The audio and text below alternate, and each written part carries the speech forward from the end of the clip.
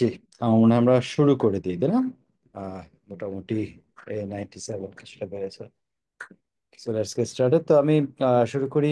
আমি জানি না আমার সাথে আগে আপনাদের কারো কোনো ক্লাস হয়েছে কিনা সার্টিফিকেট লেভেলে বা আগের কোনো কোর্সে। সো আমি হচ্ছে মোহাম্মদ আব্দুল মতিন ইমন। আমি ইয়েতে চার্টার্ড অ্যাকাউন্টেন্ট না, সো আমার গেস্ট ফ্যাকাল্টি আর বলতে পারেন যে এক্সটার্নাল। বাট আমি আইসিএবির তে ক্লাস নিচ্ছি ফর নলেজ লেভেল এবং সরি, আগে তো নলেজ লেভেল হচ্ছে সার্টিফিকেট লেভেল এবং গভর্নেন্স দুটাতেই সিন্স 2012 থেকে। So it has been quite some time.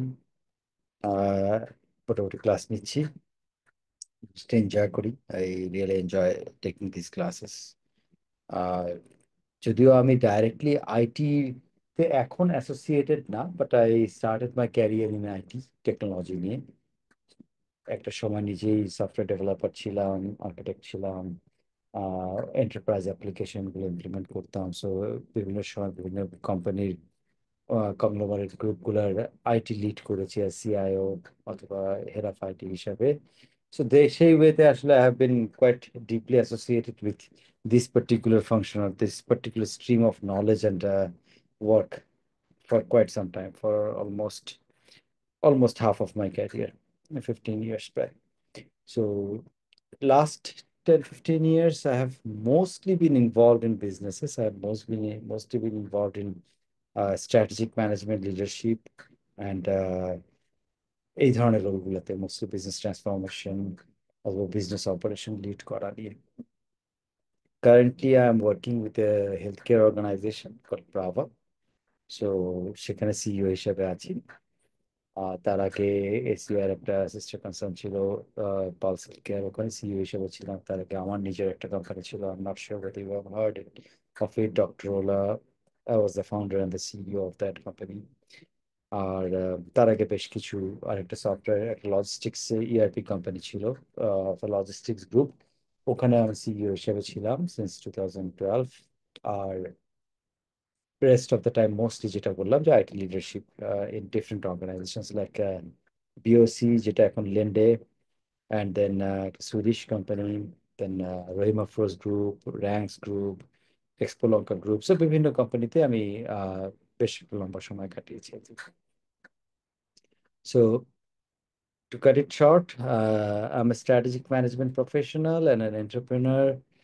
কিছু স্টার্টআপে আমি ইনভেস্ট করেছি, so I am partly an investor as well in some organisations. সো আমি কয়েকটা অর্গানাইজেশনের বোর্ডে বসি। আমার এক্সপার্টিস যেটা বললাম শুরু হচ্ছে IT, but last 10-15 years it's not technology, it's mostly health care and e-commerce, few other areas other than IT আর কি। সো সেই জায়গায় আমি কাজ করি। So, জাস্ট আজকে শুরুর ক্লাস যেহেতু আমার সাথে, আমি জাস্ট কয়েকটা জিনিস একটু লে ডাউন করতে চাই। এক নম্বর হচ্ছে গিয়ে যে এটা গভর্নেন্স লেভেলে 50 মার্কসের একটা পরীক্ষা। অ্যান্ড আমি জানি যে আমরা যে আলোচনাগুলো করবো এই ক্লাসের, তার primary objective would be to help you kind of pass the exam. পছন্দ করি বা না করি, বা পছন্দ করার ব্যাপারটা আমার ক্ষেত্রে বেশি আর কি, আপনাদের ক্ষেত্রে কম। ডেফিনেটলি আপনাদের কমপ্লিট ইন্টেন্ট 100%-ই আমি জানি যে is about kind of crossing the exam, right? So এটাকে কোনোভাবে পাশ করে যে আপনার সার্টিফিকেশনের দিকে যাতে এগিয়ে যাওয়া যায়, সেটা হচ্ছে উদ্দেশ্য। Same for me as well. So যখন আমরা আলোচনা করব বিভিন্ন টপিক, সিলেবাস নিয়ে আলোচনা করব, সেখানে যখন বিভিন্ন টপিকের ভিতরে আলোচনা করব, তখন primary objective would be to be able to kind of answer properly to pass the exam. So এটা একটা ফোকাস থাকবে। But at the same time আমি সবসময় এই জিনিসটা একটু বলি, সেটা হচ্ছে গিয়ে এই স্পেশালি আইটিটা, সবকটা ক্লাসই, সবকটা কোর্সই, বাট আইটিটার ক্ষেত্রে আমি স্পেশালি বলবো যে এখন আমরা একটা এরায় লিভ, মানে একটা যে এরায় আমরা লিভ করছি, একটা এরা পার করছি, এবং সামনেও যে এরা আসতেছে, উই অল নো যে technology plays a very strong and impactful role in any career you pursue, be it a healthcare career.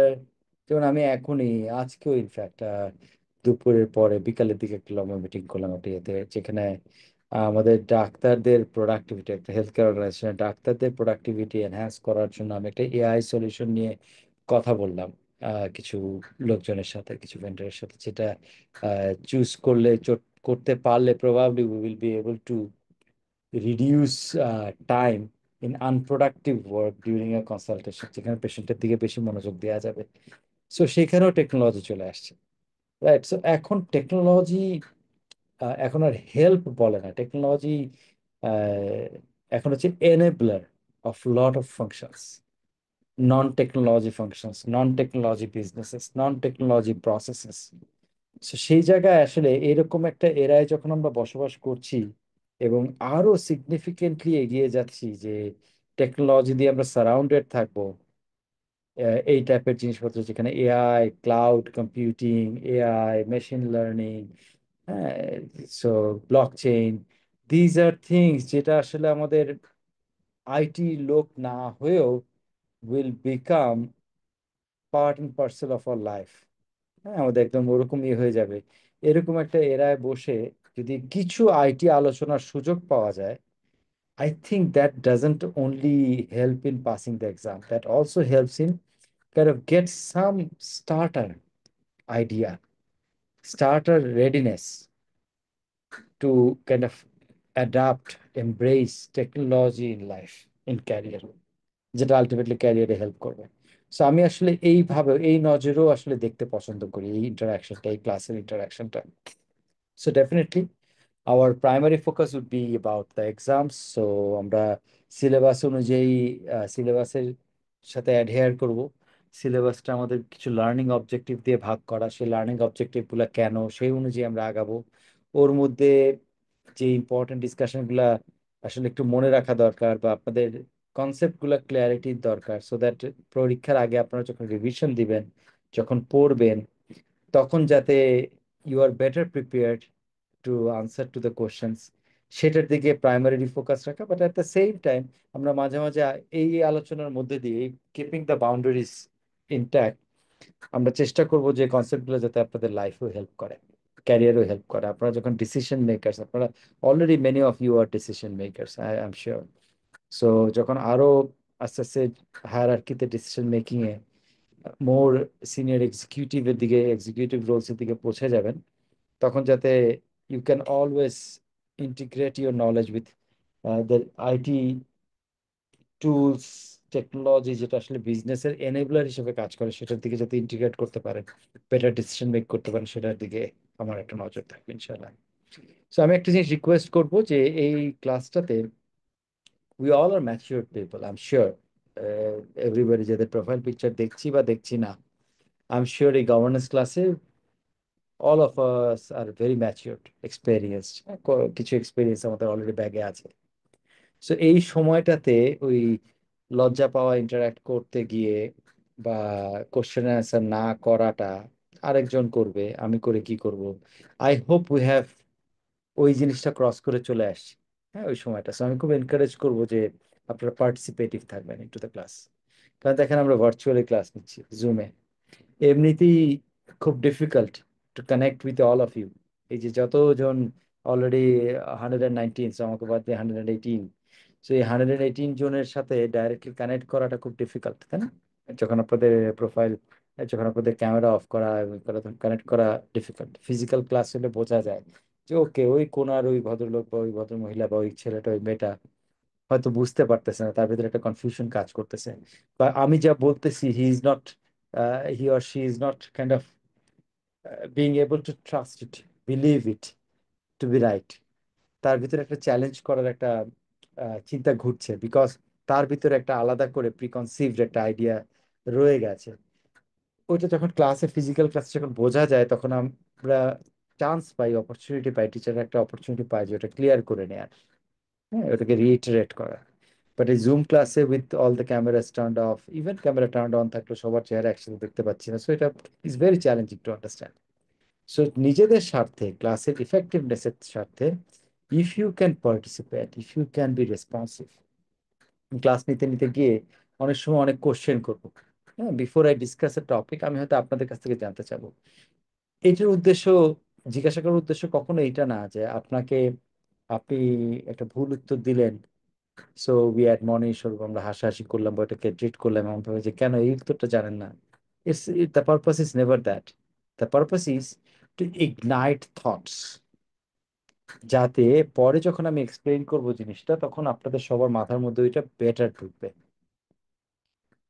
So all this efforts, এই যে পার্টিসিপেটিভ করা এবং এই যে এক্সপ্লেইন করা, রিলেট করা রিয়েল লাইফের সাথে, এটা অল দিস এফোর্টস আর উইথ দ্য অবজেক্টিভ যে যে সিলেবাসটা আছে এই সিলেবাসটা খুব ছোটও না, খুব বড়ও না, বাট খুব ছোটও না, আবার খুব স্ট্রেট ফরওয়ার্ড সিম্পলও না যে you are expected to naturally know everything and naturally understand everything এবং খুব কুইকলি কভার করে ফেলতে পারবেন। যদিও 50 মার্ক খুব কুইকলি কভার করে ফেলতে পারবেন পরীক্ষার আগে, কিছু ডিফিকাল্টি চ্যালেঞ্জ তো থাকবে। সো এই ক্লাসের সুবাদে যত ক্ল্যারিটি থাকবে আপনাদের কনসেপ্টের, যত ক্লিয়ার ভাবে বুঝে নিতে পারবেন, তত জিনিসটা মনে রাখতে পারবেন। এবং যখন আপনি পড়বেন নেক্সট নেক্সট ম্যানুয়ালটা বা যেটা, এটা রেফারেন্স বুকটা বা রেফারেন্স কপিটা, তখন আপনি কানেক্ট করতে পারবেন, ইয়েস এটা তো সেই জিনিস আছে, এটা রিজন স্যার বলছিলেন হচ্ছে কি এই জিনিস, কানেক্ট করতে পারবেন। দ্যাট উইল মানে স্টে ইন ইউর হেড, এবং পরীক্ষায় তখন তাড়াতাড়ি দিতে পারবেন, তাতে সাকসেসের রেট বাড়বে। হ্যাঁ, সেটাই আমাদের উদ্দেশ্য থাকবে। So let me just pull up the slides so that আমরা ওইখান থেকে ডিসকাশনটা নিতে পারি।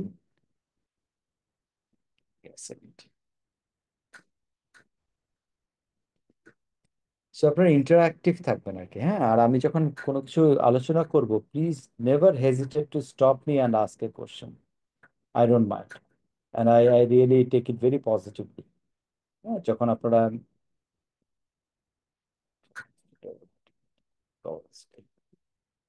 হ্যাঁ, যখন আপনারা কোশ্চেন করেন,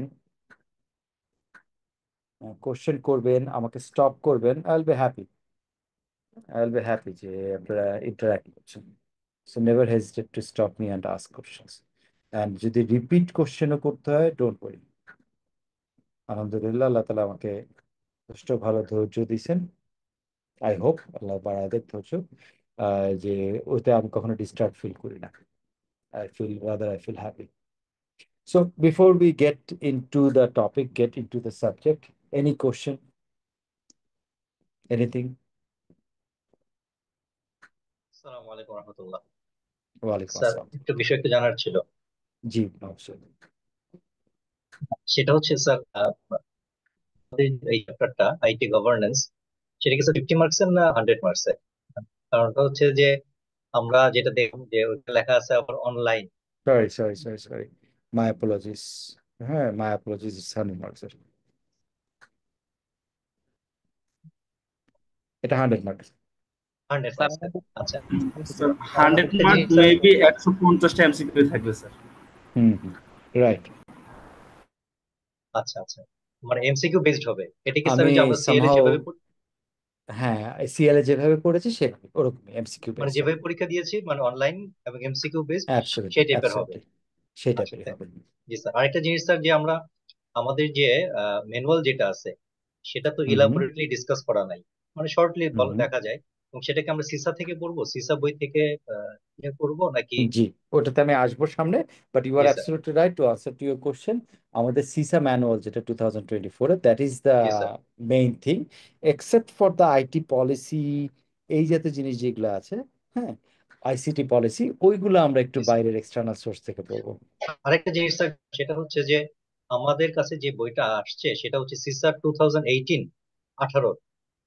এখন কি 2000, এইটা আই কি উড স্যার সাজেস্ট 2024টা ফলো করতে।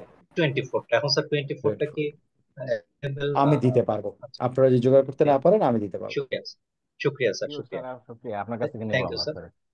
কোনো অসুবিধা নেই, আই শেয়ার জি দ্যাট স্যার। With you. সালাম ইনশাআল্লাহ। আলাইকুম। ওয়ালাইকুম আসসালাম। স্যার আরেকটা জিনিস, মানে যদিও জি, ওটা বলছে একজন, আপনি আনসার করছেন, সেটা কি 150টা এমসিকিউ থাকবে না 100? আবুল কালাম এবং মাহফুজের এই জায়গাটাতে আপনারা একটু আহ, দুইটা জায়গায়, একটা হচ্ছে কোটি চাটুরি থাকবেন, ওনার কাছে একটু জিজ্ঞাসা করেন, আর আইসিএবি তে একটু জিজ্ঞাসা করেন। কারণ স্যার একশো আমি পঞ্চাশই থাকে, একশো আমি পঞ্চাশ। যতটুকু জানি 150, বাট আমি যে I recently might be wrong. একজন পরীক্ষা দিচ্ছে, তাকে জিজ্ঞেস করেছিলাম, উনি বলেছে 150টা এমসিকিউ থাকে এবং টাইম মনে হয় 4 ঘন্টার মতো। সরি, আমি আমার কথা শোনা যাচ্ছে? মাঝখানে I lost my audio. G G sir, sir, শোনা শোনা যাচ্ছে। জি স্যার, শোনা যাচ্ছে যাচ্ছে। না, ঠিক আছে। সরি, আমি লাস্টের অল্প একটু অংশ শুনতে পারি নাই। শরীফ, আপনি বোধহয় বলছেন শরীফ হাসান, যে কাউকে জিজ্ঞাসা করেছিলেন, সে বলছে 150টাই। সো সেটাই কারেক্ট হবে। আমি প্রথমত আমি আসলে জাস্ট ক্লাসটাই নেই বলতে গেলে, যদিও আমি ইয়েতে সিলেবাস যখন হয় বা এই কোশ্চেন স্ট্রাকচার যখন হয়, I generally attend meetings and I try to contribute as much as possible, but honestly আমার জন্য আসলে ফোকাস করা খুব ডিফিকাল্ট হয়ে যায় একদম, to keep myself up to date, যে স্ট্রাকচারাল কোনো চেঞ্জ আসলে বা ইয়ে থাকলে। সো এই জন্য বেটার ওটা আইসিএবির সাথে কথা বলাটা বেটার। হ্যাঁ, আমার ভুল হতে পারে অনেক সময় এই জাতীয় ইনফরমেশনে। স্যার 150 মার্ক আর হচ্ছে যে স্যার 150টা কোশ্চেন আর হচ্ছে 3.5 ঘন্টা পরীক্ষা। ঠিক আছে, গ্রেট। 4 ঘন্টা। 4 ঘন্টা। স্যার আসসালামু আলাইকুম স্যার। ওয়ালাইকুম আসসালাম দিলবু, কি বল? স্যার আমি স্যার সিএলএ আপনার ক্লাস করেছিলাম, আমি কি পড়েছি ওকে, স্যার এরকম জানি না শীট টিট, কিন্তু স্যার আপনার ক্লাস করেছিলাম।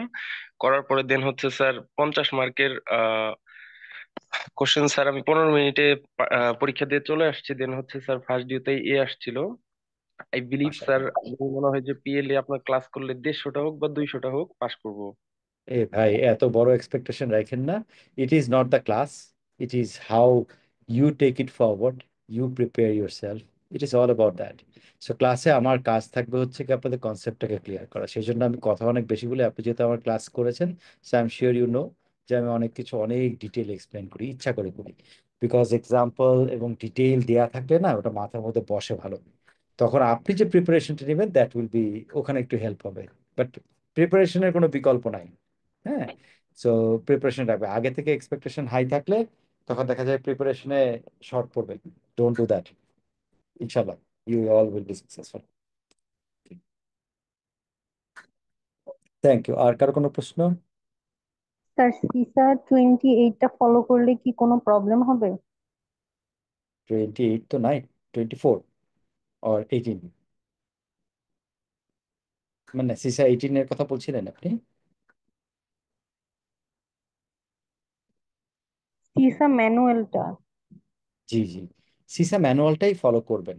হ্যাঁ, সিসা ম্যানুয়ালটা ফলো করাটাই বেটার, ওটাই ওয়াইজ হবে সিসা ম্যানুয়ালটা ফলো করা। সো সিসা ম্যানুয়ালটা যেটা আমি বললাম, আমিও একটা কপি শেয়ার করে দিতে পারি আপনাদের সাথে, কোনো অসুবিধা নেই।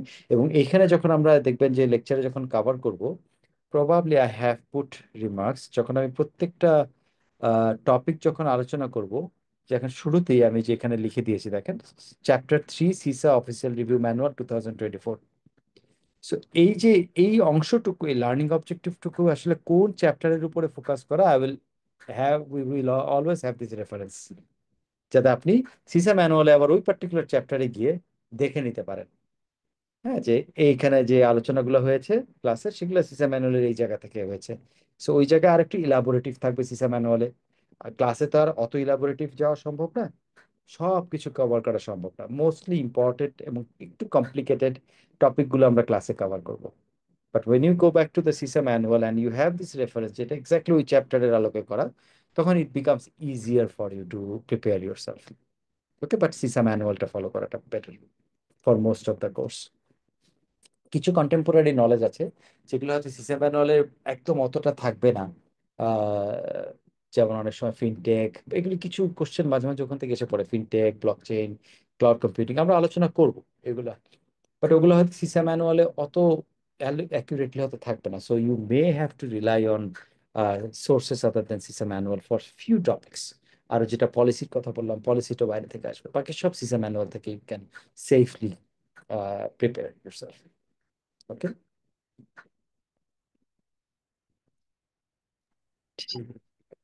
স্যার আসসালামু আলাইকুম। স্যার ওয়ালাইকুম আমাদের আসসালাম। আইসিবির ওয়েবসাইটে যে আমাদের 24 পেজের একটা আইটি গভর্নেন্স এর সিলেবাস দেওয়া আছে, ওইখানে হুম 10 পেজে আমাদের মার্কস বলা আছে 100 marks. Hmm hmm,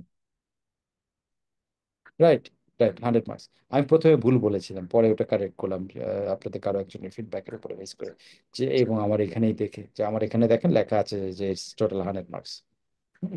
so I had somehow একটা স্যার মিসকনসেপ্ট। 100 মার্কস ঠিক আছে স্যার, 100 মার্কেরই পরীক্ষা হয়, বাট এমসিকিউ থাকে আর কি স্যার 150টা আর কি স্যার। সেটা ঠিক 100 আছে, মার্ক কোশ্চেন 150টা 150টা, এমসিকিউ অ্যান্সার করতে হবে। জি, বাট পরীক্ষার মার্কস হচ্ছে 100 আর কি। ঠিক আছে। সো আমরা যদি সিলেবাসের দিকে তাকাই, তাহলে সিলেবাসটা হচ্ছে কি এরকম, আমাদের সিলেবাসটার কিছু লার্নিং অবজেক্টিভ, 5টা লার্নিং অবজেক্টিভে ভাগ করা, হ্যাঁ, মানে ফোকাস এরিয়া বলতে পারে। নাও এই লার্নিং অবজেক্টিভকে একদম স্ট্রেইট ফরওয়ার্ড, এমন না যে সিসা ম্যানুয়ালটা 5 ভাগে ভাগ করা, যেমন প্রথম লার্নিং অবজেক্টিভ যেটা, it is out of CISA manual. Okay, পরের গুলো মোস্টলি আপনি সিসা ম্যানুয়ালে পাবেন, বা ইনফরমেশন সিস্টেম অডিটিং এ আবার আপনি কিছু সিসা ম্যানুয়ালে পাবেন, কিছু হচ্ছে কি আবার হয়তো বেস্ট প্র্যাকটিস বা কিছু অন্যান্য জিনিসপত্র থেকে পাবেন টিচারের কাছ থেকে। But mostly most of the syllabus content হচ্ছে সিসা ম্যানুয়াল থেকে মোটামুটি কভার করা যায়, as I was mention. So এই সিলেবাসের মধ্যে যে লার্নিং অবজেক্টিভ গুলো আছে, এগুলো মার্কস ডিস্ট্রিবিউশন এরকম যে 15 15 20 25 25। সো এটা একটা স্ট্রাকচার করা আছে যে এই ধরনের ফোকাস এরিয়া গুলা থেকে এই পরিমাণ মার্কসের কোশ্চেন, যারা কোশ্চেন করবেন, হ্যাঁ, তারা এবং টিচাররা আর ডিফারেন্ট পিপল। সো ওনারা এই কোশ্চেন গুলো করবেন হচ্ছে কি এরকম একটা ফোকাস রেখে, এরকম একটা ডিস্ট্রিবিউশন থেকে। That is the general understanding. Okay, so এই লার্নিং অবজেক্টিভ গুলোর মধ্যে আমরা যদি 2জন টিচার পুরো সিলেবাসটা কভার করব, so probably I will be covering 2 3 4, learning objective 2 3 4। এই 3টা লার্নিং অবজেক্টিভ আমি কভার করব। 1 আর 5টা যিনি কো টিচার, উনি সম্ভবত আরিফ সাহেব প্রবাবলি উনি কভার করবেন। So that is the understanding between us. So we will start with learning objective 2, which is management information system and developments in technology. এই জিনিসটা যেটা থেকে 15 মার্কের অ্যারাউন্ড কোশ্চেন আসে, তারপর আমরা আইটি গভর্নেন্সে মুভ করবো, দেন সিকিউরিটিতে মুভ করবো ইনশাআল্লাহ। জেনারেলি এই আলোচনাগুলা খুব সিলেবাসের কন্টেন্ট যেটা ক্লাসের কভার করার কনটেক্সটে খুব বেশি না। সো এনাফ টাইম পাওয়া যায়। হ্যাঁ, 10টা ক্লাস যখন আমরা করি, 10টা ক্লাসেও শেষ করেও কিছু টাইম পাওয়া যায় রিভিশনের জন্য। So don't be too worried about the pace of the class. আমরা পেসটাকে ন্যাচারাল রাখবো। So, যখন আলোচনা করব যেখানে প্রয়োজন বেশি সময় স্পেন্ড করার, will spend some more time. যেখানে হয়তো একটু রাশ করা, সেখানে হয়তো একটু রাশ করবো, করা যায় এখানে একটু রাশ করবো। এবং ক্লাসের যে সিনপসিস বলবো না, ক্লাসের যে স্লাইড যেগুলো আমি প্রেজেন্ট করি, যেখানে আমার প্র্যাকটিসটা হচ্ছে কি এরকম, when I complete a particular slide, একটা স্লাইড হয়তো দেখা যায় এক ক্লাসে অনেক সময় শেষ হয় না, দ্বিতীয় ক্লাসে গিয়ে ওইটার হাফ রয়ে যায়। সো শেষ যখন হয়ে যায়, তখন আমি জেনারেলি স্লাইডের কপিটা আপনাদের লিংক যে ইমেইলে শেয়ার করা হয় আইসিএবি থেকে, মামুন যেটাতে শেয়ার করে, ওইটাতে আমি রিপ্লাই টু অল করে জেনারেলি আমি শেয়ার করে দিই। That is how generally I practice it. তাতে যেটা হয় যে আপনার যখন কভার হয়ে গেল, then you get to see all the slides. এবং স্লাইড পড়লেই যে পরীক্ষা পাস হবে তা কিন্তু না, এটা কিন্তু মনে রাখতে হবে, হ্যাঁ, যে স্লাইডটা is just an outline, kind of guidance. Then ওইটার উপরে বেস করে আপনারা যখন ম্যানুয়ালি একটু ডিটেইল পড়বেন, you will be better prepared for the exam ইনশাআল্লাহ। সো আমরা যদি টপিকের মধ্যে যাই, লার্নিং অবজেক্টিভ 2 যেটা আমরা এখন শুরু করব। সো এই লার্নিং অবজেক্টিভ 2টা হচ্ছে কি, আমরা বলছি কি যে ইটস ইনফরমেশন সিস্টেম। এটা হচ্ছে কি information system, management of information systems and developments in technology. So 2টা এরিয়া। এটা হচ্ছে how we management information system, আর এটা হচ্ছে কি ডেভেলপমেন্ট ইন টেকনোলজি। যখন আমরা সফটওয়্যার ডেভেলপমেন্টের কথা বলি, তখন ওই জায়গায় আসলে ডেভেলপমেন্ট ওয়ার্কটা কি, ডেভেলপমেন্টের যে সফটওয়্যার ডেভেলপমেন্ট লাইফ সাইকেল বলে, হ্যাঁ, ওই জায়গায় কিছু টেকনোলজির ইনভলভমেন্ট থাকে, সেগুলো কিরকম, এই জাতীয় জিনিসপত্র আমরা আলোচনা করব। বাট দিস মোস্টলি যখন আমরা ইনফরমেশন সিস্টেম বলি, ইনফরমেশন সিস্টেম কি জিনিস আসলে, প্রথমত এটা আমরা সিএলও আলোচনা করেছি। ইনফরমেশন সিস্টেম মেইনলি সফটওয়্যারটাকে কেন্দ্র করে আমরা ইনফরমেশন সিস্টেমকে ক্যাটাগরাইজ করি, ডিফাইন করি, যেটা কি কাজে লাগে, কি ধরনের ডিসিশন মেকিং এ সাপোর্ট করে, নাকি এটা ট্রানজাকশন প্রসেসিং সিস্টেম, এগুলো আমরা সাধারণত ডিফাইন করি, ইনফরমেশন সিস্টেমকে কোয়ালিফাই করি based on the application that we deal with, মানে সফটওয়্যারটা। বাট সফটওয়্যারটা তো একা একা চলতে পারে না। That software has other components, মানে আদার ডিপেন্ডেন্সিস। কি কি ডিপেন্ডেন্সি, সফটওয়্যারটা একটা হার্ডওয়্যারের মধ্যে থাকে, একটা কম্পিউটারের মধ্যে, রাইট? ওই কম্পিউটারে দেয়ার আর মাল্টিপল কম্পোনেন্টস। সফটওয়্যারটাকে ইউজ করতে হলে ইউজার হয়তো নেটওয়ার্কের থ্রু দিয়ে সফটওয়্যারটাকে ইউজ করে। So the network is a component. এই সফটওয়্যারটা যেখানে স্টোর করবে ইনফরমেশন, সেটা একটা স্ট্রাকচার ডাটা স্টোরেজ হতে হবে, সেটাকে আমরা ডেটাবেস বলি। So database is another component of information system. সফটওয়্যারটা যেমন আমরা মোবাইলে যখন একটা মোবাইল ফোন ইউজ করি, তখন ওখানে যখন অ্যাপ ইনস্টল করা থাকে, অ্যাপটা যদি আমার অ্যান্ড্রয়েড না থাকে, আইওএস না থাকে, তাহলে আমি অ্যাপটা চালাতে পারবো না, তাই না? ইনস্টলই করতে পারবো না। সো অ্যাপের জন্য অ্যান্ড্রয়েড বা আইওএস একটা প্ল্যাটফর্ম। সো একটা সফটওয়্যারের জন্য, যে কোনো কম্পিউটিং এ একটা সফটওয়্যারের জন্য, ইনফরমেশন সিস্টেম সফটওয়্যারটা রান করার জন্য there has to be a platform, যেটাকে আমরা অপারেটিং সিস্টেম বলি। So that platform is a component of information system. Then user, যে ইউজ করবে সে, এবং যে সফটওয়্যার ডিজাইন করবে বা ম্যানেজ করবে সে, বোথ আর ইউজার। একটা হচ্ছে এক্সপার্ট ইউজার, একটা হচ্ছে জেনারেল ইউজার। তারাও আসলে ইনফরমেশন সিস্টেমের একটা পার্ট। এই যে আমি যা কিছু বললাম, যে একটা user, application, database, hardware, network, platform, these all are components, these all are parts of information system. সবকিছু মিলেই আমি আসলে ইনফরমেশন সিস্টেম বলবো। So when we talk about information system, তখন আমরা আসলে পুরোটাকে মিন করি। বাট আমরা যখন ক্যাটাগরাইজ করি, যে ইন্ডাস্ট্রি স্পেসিফিক ক্যাটাগরাইজেশন অথবা পারপাস স্পেসিফিক ক্যাটাগরাইজেশন, যে ইনফরমেশন সিস্টেম দিয়ে কি ডিসিশন মেক করি, কোন লেভেলের ম্যানেজমেন্ট ডিসিশন মেক করে, top level management decision make করে না execution level management decision make করে, কি ধরনের ডিসিশন মেক করে, এগুলি সমস্ত কোশ্চেনের এগেনস্টে we categorize the information system. So এটা প্রিডমিনেন্টলি সফটওয়্যারকে কেন্দ্র করে এই ক্যাটাগরাইজেশন হয়। কিন্তু মনে রাখতে হবে যে when we say information system, it actually encompasses every other component together. ওকে, তো আমরা যখন এক সময় ইনফরমেশন সিস্টেম সিকিউরিটি আলোচনা করব, তখন it's not about the software security only. It's also about the network security. It's also about the user security. It's also about the hardware security. কেউ লাঠি দিয়ে বাড়ি মেরে হার্ডওয়্যার ভেঙে ফেলতে পারতেছে কিনা। সো ফিজিক্যাল সিকিউরিটি আলোচনা করবো। ওকে, সো যেহেতু information system encompasses all these components, whenever we discuss anything related to information system, it is always encompassing the every other component. এটা মাথার মধ্যে রাখতে হবে। বাট যখন আমরা ক্যাটাগরাইজেশন করব, কোনো কিছুকে আমরা ডিফাইন করব যেটা কি ধরনের ইনফরমেশন সিস্টেম কি কাজে লাগে, তখন যেহেতু software is the main thing that actually creates this difference, contributes in creating this difference, তখন আমরা সফটওয়্যারকে কেন্দ্র করে আলোচনা করব। ওকে, এই ডিস্টিংশনটা আমি জাস্ট আগে ক্ল্যারিটি আনার চেষ্টা করলাম।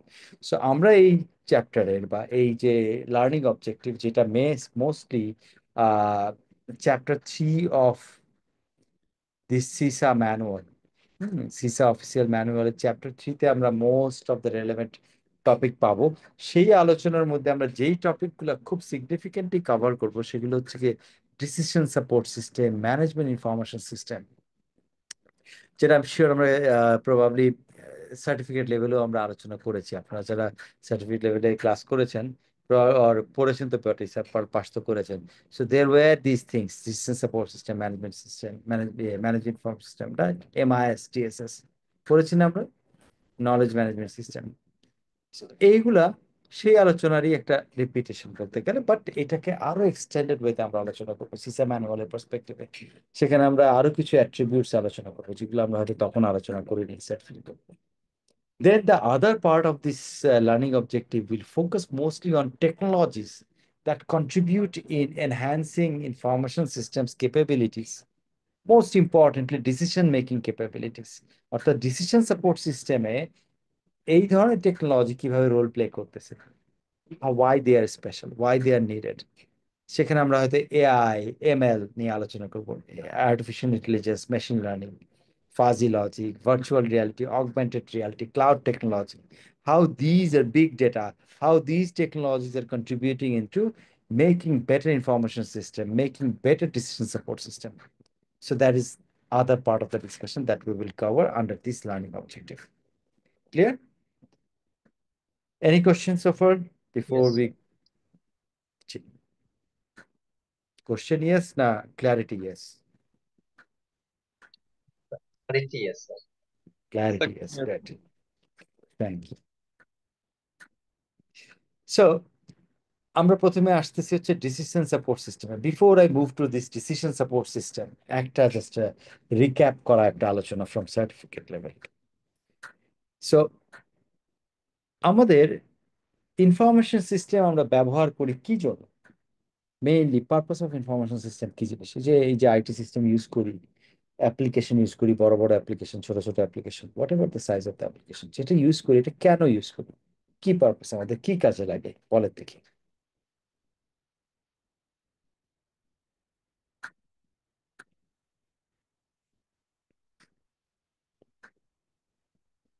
স্যার আমরা ফাস্টার রেজাল্ট পেতে চাই, তারপরে হচ্ছে হুম, অ্যাকুরেট, তারপরে হচ্ছে আমাদের যে ভলিউম অফ ওয়ার্ক যেগুলো আছে সেগুলোকে আমরা মানে আমাদের নির্ধারিত যে টাইমটা থাকে লিমিটেড টাইমের মধ্যে সেটা শেষ করতে চাই।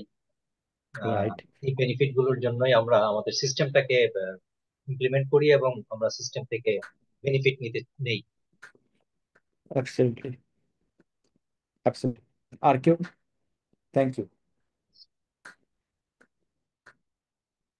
I will come back to your response, but আমি তার আগে অন্য কেউ শেয়ার করবো কিনা শুনবো।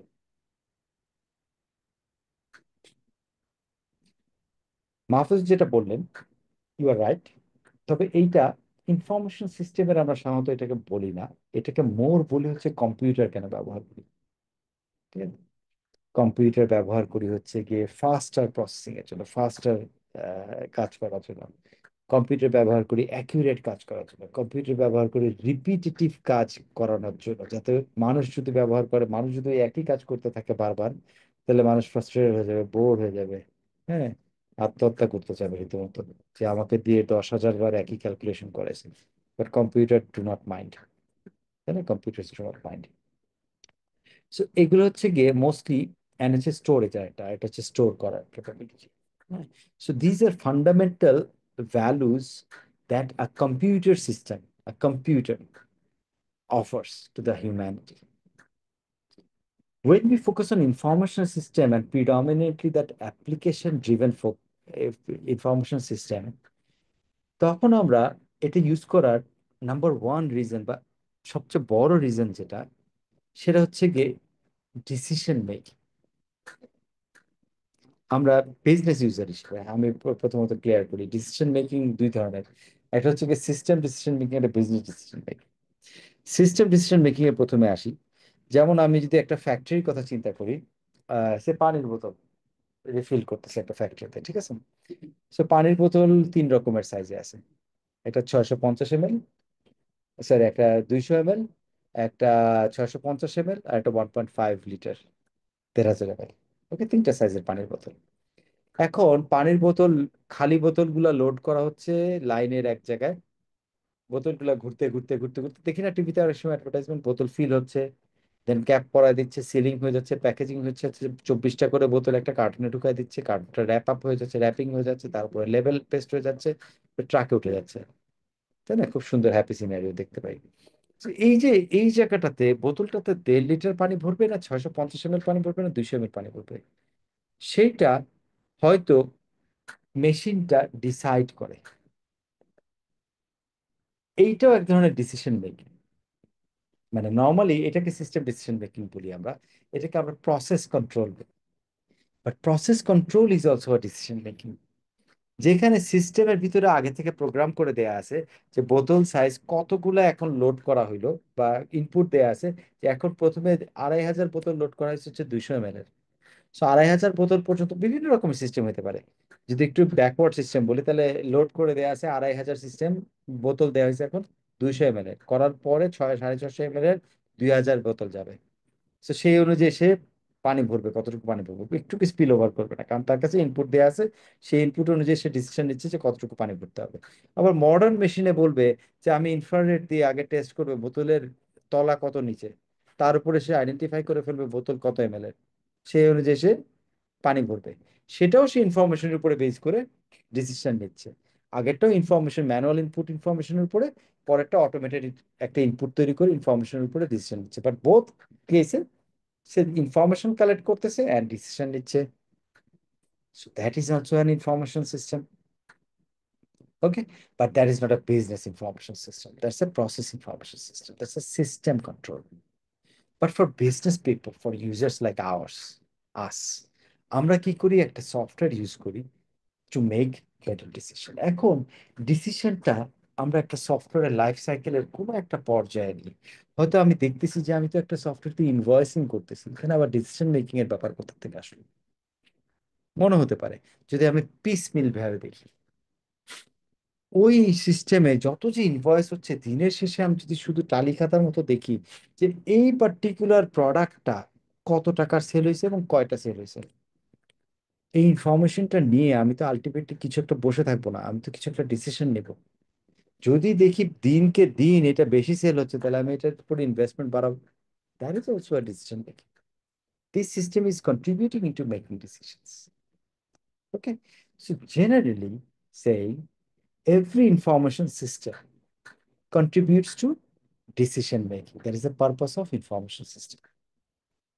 Now, decision আমরা ইনফরমেশনের উপরে বেস করে দিই। So the information needs to be processed and made available in a way that helps making decision. And that is the role of information system, simply. Okay, that it arranges, it collects data, it collects information, it processes it, it stores it, it আমাকে supply করে, output তৈরি করে দেয়, হ্যাঁ, shares information with the user to be able to make, for me to be able to make decisions. এটা হচ্ছে ইনফরমেশনের কাজ, এটা হচ্ছে কি ইনফরমেশন সিস্টেমের কাজ। নাও, ফার্স্ট অফ অল, এই পর্যন্ত কোনো ডিসএগ্রিমেন্ট, এনি আদার ভিউ, অথবা বুঝতে অসুবিধা? No sir, clear sir. Great. So information system আমাকে ডিসিশন মেক করতে দেয়। Now let's focus on decision making, যেটা সিএল এর পার্ট ছিল আমাদের সার্টিফিকেট লেভেলে একটা ডিসকাশন ছিল। ডিসিশন মেকিং কয় প্রকার? প্রথমত, ডিসিশন মেকিং জিনিসটা কি? Decision making is choosing from available alternatives, choosing from available alternatives. So available অল্টারনেটিভের ব্যাপারে ইনফরমেশন লাগবে, আমি কেন চুজ করতেছি সেটার জন্য ইনফরমেশন লাগবে। সে আমি যদি এখন ঢাকা থেকে একটা পার্টিকুলার ডিস্ট্রিক্টে যেতে চাই, সো আমার কাছে অল্টারনেটিভ আছে বাই এয়ারে যাওয়া, বাই রোডে যাওয়া, বাই ট্রেনে যাওয়া, বাই ওয়াটার যাওয়া, নদী পথে। আমার অল্টারনেটিভ আছে হচ্ছে কি দিনে যাওয়া, রাতে যাওয়া। আমার অল্টারনেটিভ আছে বাই রোডে যাওয়ার মধ্যে, নিজের গাড়িতে যাওয়া, বাসে যাওয়া। Lot of alternatives. Now I will make a decision. আমার এতগুলো অল্টারনেটিভের মধ্যে থেকে I will choose one, and that is decision making. To choose that particular one, I will need information, যে আমার কোন জায়গায় যেতে খরচ কত, সময় কত লাগবে। I will also need an information, আমার অবজেক্টিভ কি? আমার অবজেক্টিভ কি ফাস্টেস্ট পৌঁছানো না চিপেস্ট পৌঁছানো? Right? In combination of all this information I will make a decision যে আমি কোন পথে যাব, কিভাবে যাব। We come across this decision making scenario every day, ছোট হোক বড় হোক, বিভিন্ন ডিসিশন মেক করি। সো বিজনেসেও আমরা বিজনেস যখন চালাই, অপারেট করি, we make lot of this decisions regularly. So এই ডিসিশন গুলোর জন্য আমাদের এই ইনফরমেশন সিস্টেমের হেল্প লাগে। নাও, যখন আমি বললাম যে ডিসিশন মেকিং কয় প্রকার, কে বলতে পারবেন? আগের আলোচনায় মনে আছে কিনা কোনো কিছু?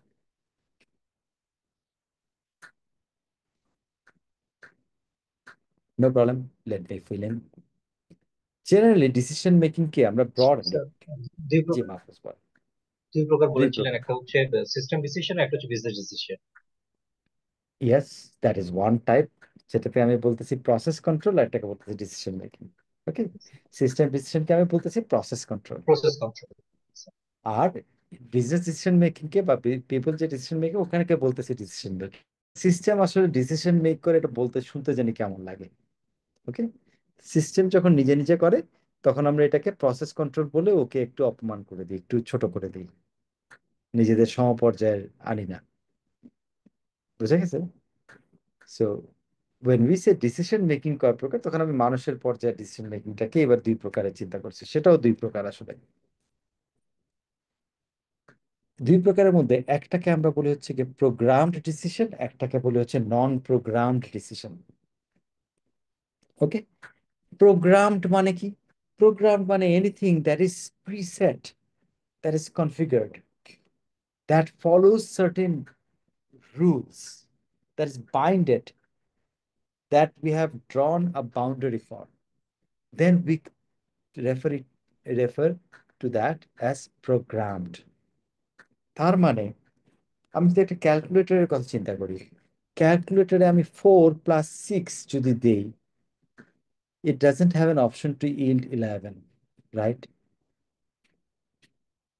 It doesn't have an option যে আমাকে সে আবার কোশ্চেন করবে 6টা কনফার্ম করো, এটা 6 না হয় 5 হবে, 4 + 5 হতে পারে। সে আমাকে এভাবে বলবে না, আচ্ছা তুমি 4 + 6 চাচ্ছ, এটা 10 হয়, বাট স্টিল তুমি যদি 4-এর জায়গায় একটু বাড়িয়ে 6 + 6 চিন্তা করতা, তাহলে কি 12 হতো কিনা একটু দেখতে হবে। এই ধরনের জটিলতায় যাবে না, ওর কাছে সবকিছু প্রিডিফাইন্ড প্রোগ্রাম। ইনপুট কি হবে, কি ফরম্যাটে হবে সেটাও জানে, এবং সেটার ক্যালকুলেশনের বেসিস ফর্মুলা কি হবে, লজিক কি হবে, সেটা সে জানে। আউটপুটটা সে কিভাবে দেখাবে, নাম্বারে দেখাবে না অ্যালফাবেটে দেখাবে, সেটা সে জানে। So input, processing and output, তিনটার nature, format, template R programmed.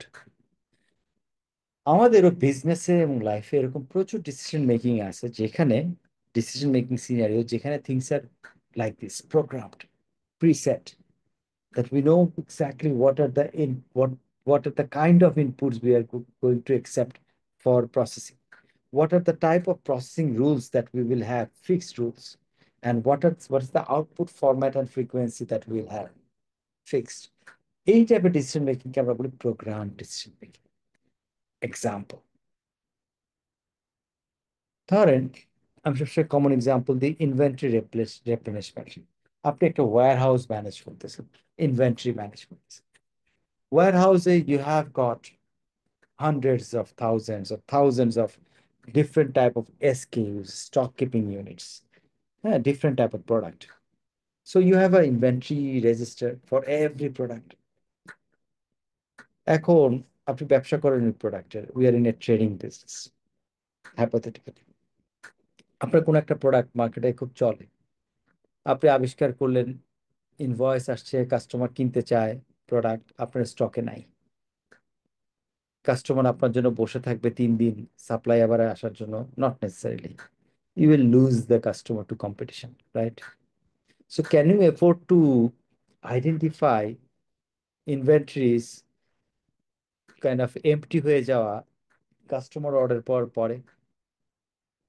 We should not, right? We should be proactive about this. যেই জিনিস আমার বিক্রি হবে, সেই জিনিসের স্টক আছে কি নাই, আরো কিনতে হবে কি না, এইটা তো আমাকে কেউ বলে দেওয়ার উচিত না। বা আমার কাস্টমার যখন অর্ডার দিবে, তখন আমি আইডেন্টিফাই করবো, হ্যাঁ আমার তো ইনভেন্টরি নাই, সেটা তো আমার জন্য ভালো বিজনেস সিনারিও হলো না। Business about proactive actions, proactive plans, তাই না? Business is about that. So ইনভেন্টরিতে কি হবে, আমাদের কয়েকটা প্যারামিটার থাকে, যেমন হচ্ছে আমরা বলি এমবিকিউ, মিনিমাম বেস কোয়ান্টিটি, অথবা রিঅর্ডার লেভেল বলি অনেক সময় এটাকে। সো মিনিমাম বেস কোয়ান্টিটি যখন থাকে, তখন এটা ডিপেন্ড করে আমাদের, এটা আমরা সেট করি কিভাবে, এটা একটা ডিসিশন মেকিং। সেট করি হচ্ছে কি, এই পার্টিকুলার প্রোডাক্টটা মার্কেটে কত ফ্রিকুয়েন্টলি চলে, আমি কত কোয়ান্টিটি বিক্রি করি, এবং এইটা যদি আমার শেষ হয়ে যায়, আমার রিঅর্ডার যদি করতে হয়, তাহলে আমার ডেলিভারি লিড টাইম কতটুকু।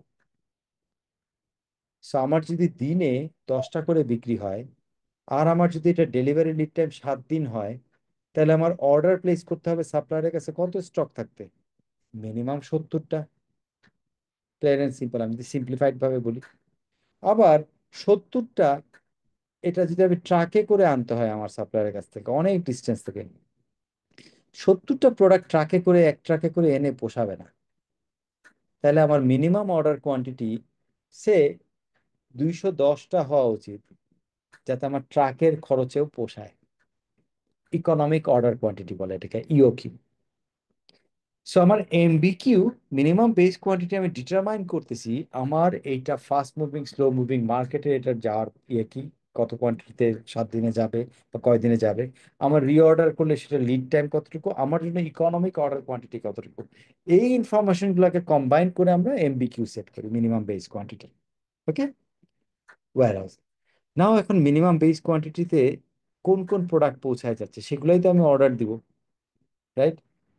প্রোঅ্যাক্টিভ থাকার জন্য, যাতে আমার এমটি না হয়ে যায়, আমি সেল যাতে মিস না করি।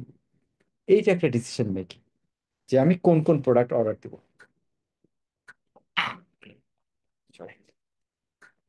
এই ডিসিশন মেকিংটা একটা ওয়্যার হাউসে, একটা ট্রেডিং বিজনেসে কি হঠাৎ হঠাৎ হয়, না প্রতিদিন হবে বা প্রতি সপ্তাহে হবে? তারা, depending on the business nature, sorry allergic আছে, সো এইটা হয়তো মেবি ধরে নিই যে প্রতিদিন ইনভেন্টরি যে ম্যানেজার থাকে, সে প্রতিদিন একটা স্টক রিপোর্ট নেয়, যে এক্স্যাক্টলি আজকে কোন কোন প্রোডাক্ট, আমার হয়তো 22,500 এসকেইউ আছে, এই 22,500 প্রোডাক্টের মধ্যে কোন কোন প্রোডাক্ট এমবিকিউতে টাচ করছে মিনিমাম বেস কোয়ান্টিটিতে, সেগুলো আজকে অর্ডার প্লেস করতে হবে। সো এইটা একটা ডিসিশন মেকিং। বাট এই ডিসিশন মেকিংটার ইনপুট দেখেন ইজ ফিক্সড, যে কোন কোন প্রোডাক্টের স্টক এমবিকিউতে টাচ করছে, অর্থাৎ order stock quantity, that is the input. Same ফরম্যাটে সেম টাইপের ইনপুট, বাট প্রোডাক্ট ডিফারেন্ট বিভিন্ন সময়ে, বাট ইনপুটের ফরম্যাট সেম।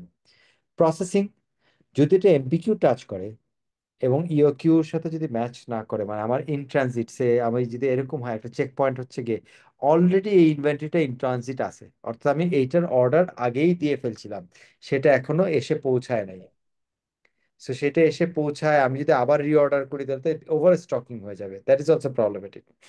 সো আমার অলরেডি ইন ট্রানজিট আছে কিনা, দ্বিতীয় ইনপুট, এটাও প্রি ফরম্যাটেড। নেয়ার পরে আমি একটা ডিসিশন নিব যেটা অর্ডার প্লেস করতে হবে, দ্যাটস অ্যান আউটপুট, সেটাও প্রি ফরম্যাটেড।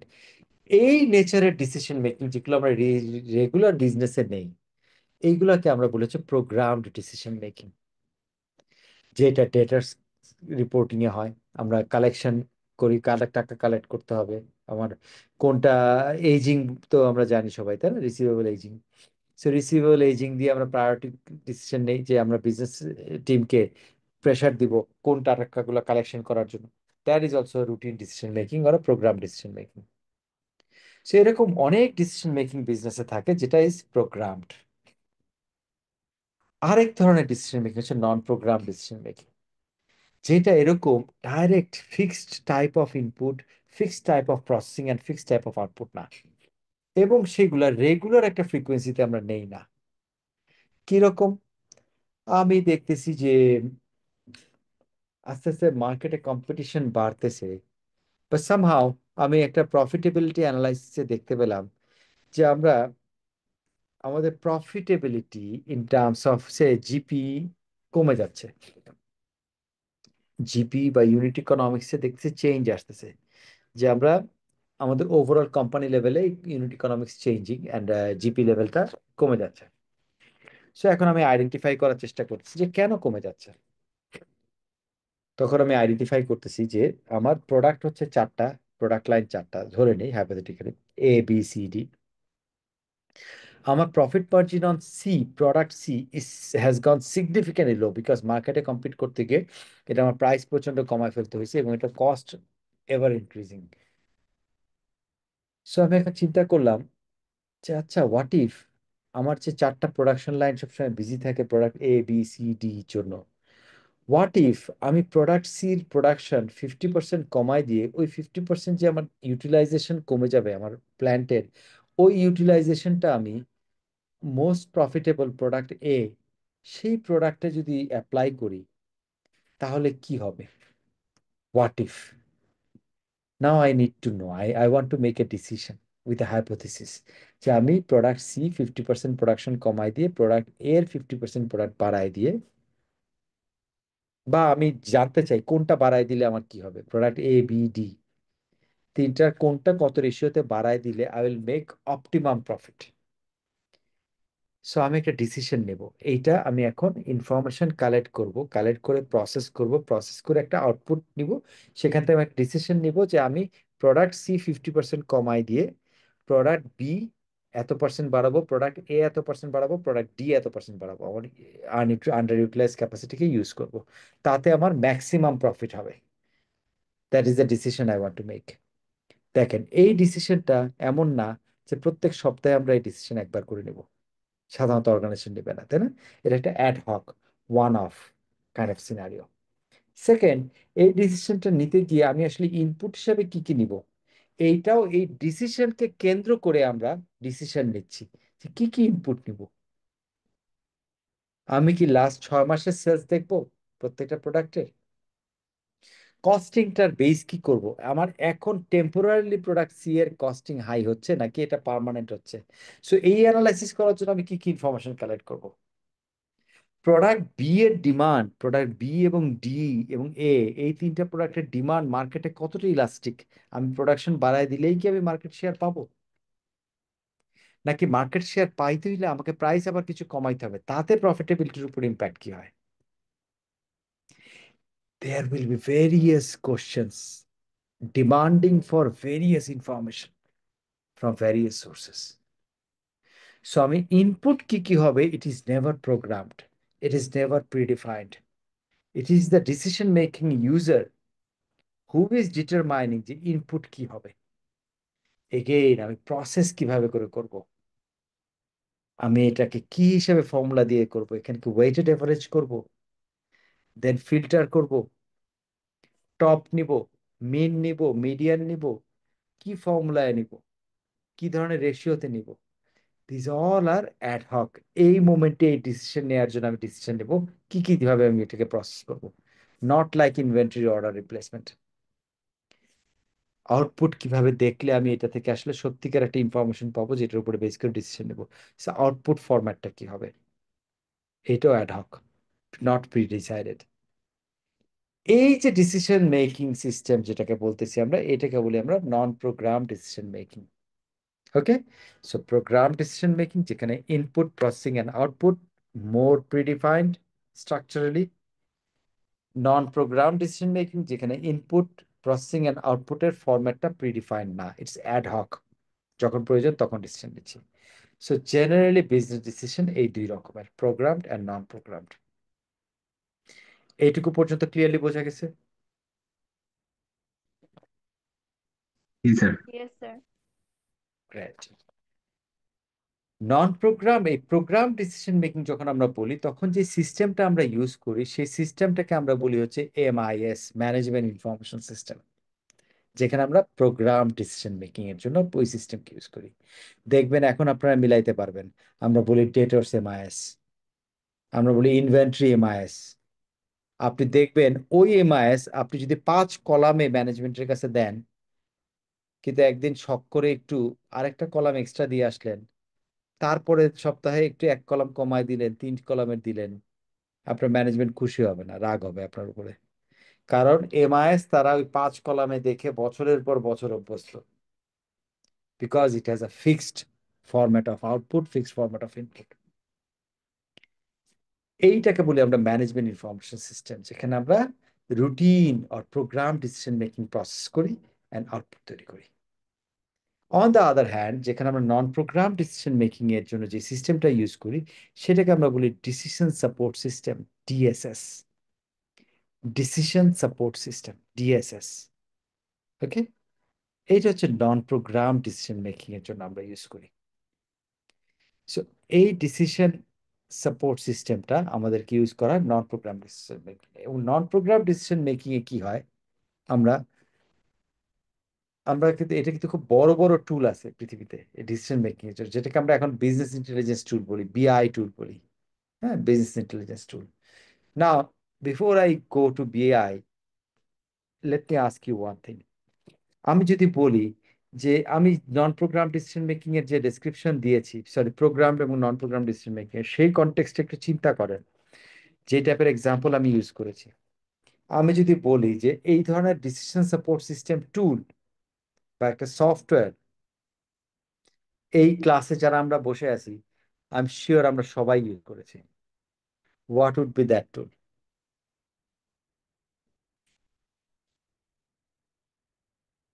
ওই সফটওয়্যারটা আমরা সবাই ইউজ করেছি।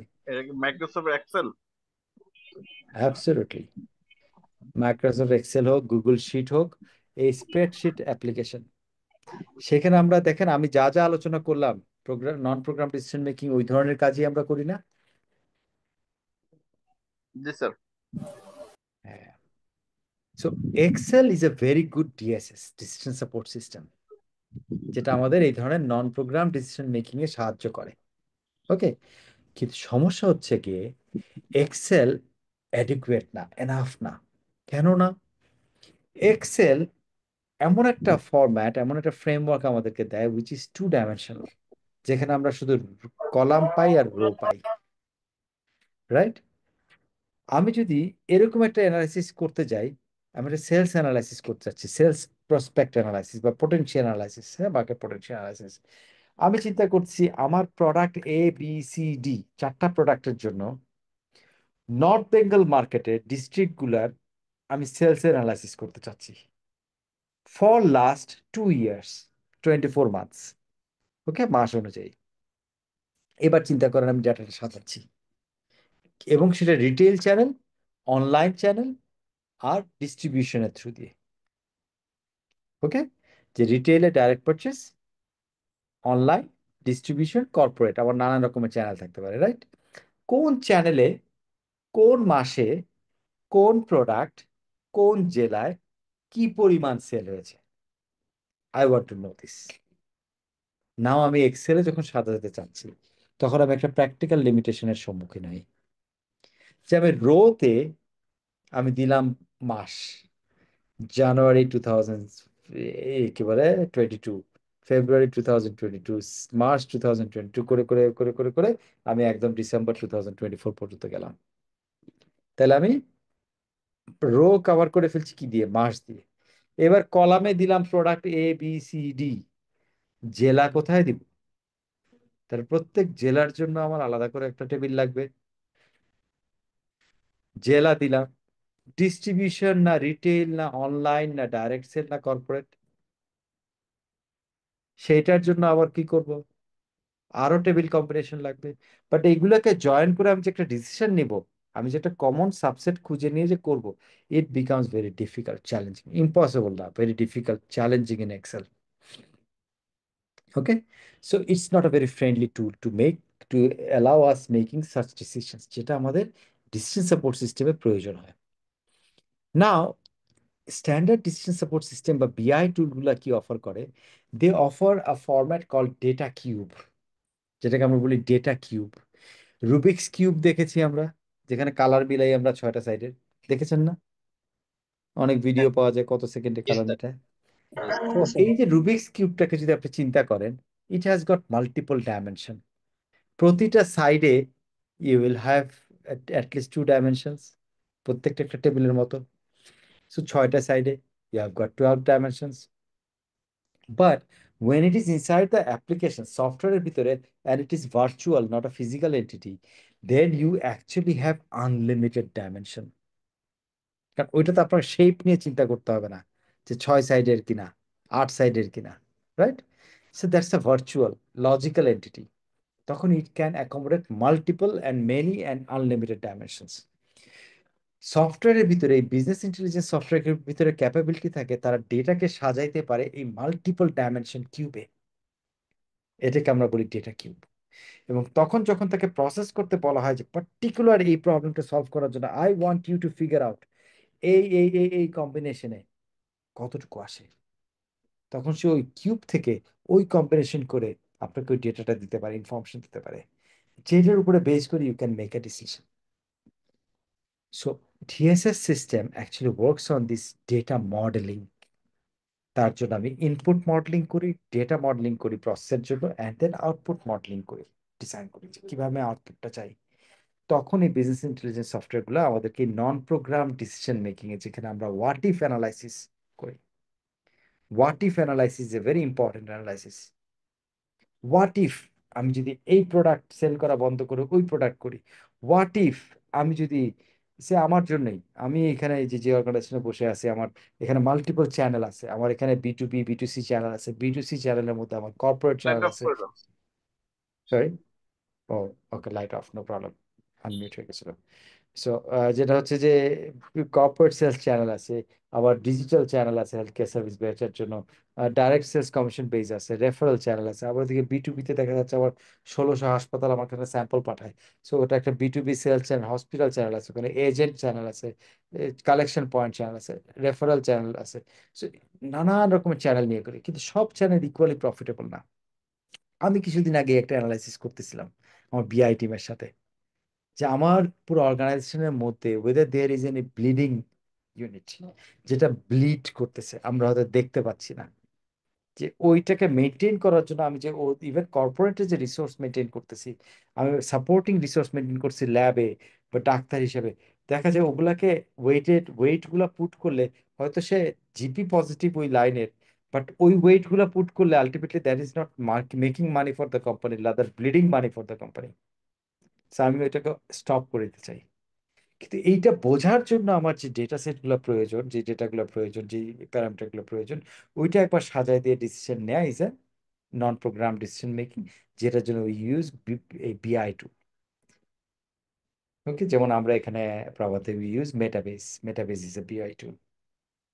এরকম বিভিন্ন রকমের টুল আছে, যেটা এক্সেল দিয়ে আসলে খুব লিমিটেড, যে কতগুলা রো আমি ইউজ করতে পারবো, কত ডাইমেনশন ইউজ করতে পারবো। That's why we use this DSS tools. So this is about DSS. DSS হচ্ছে কি, যেখানে আসলে আমরা ডিসিশন সাপোর্ট সিস্টেম, যেটা আমরা কমপ্লেক্স ডিসিশন মেকিং এর জন্য ইউজ করি।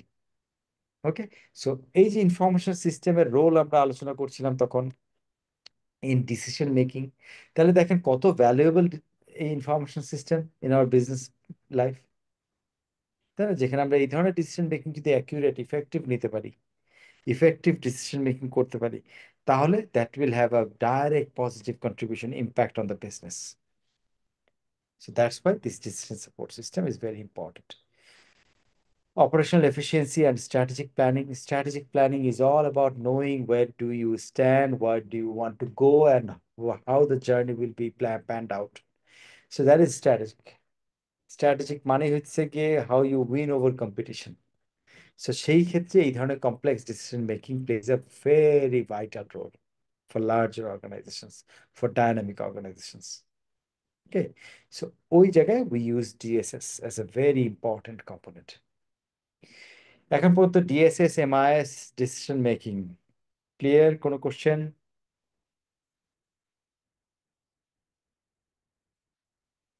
ওকে, গ্রেট।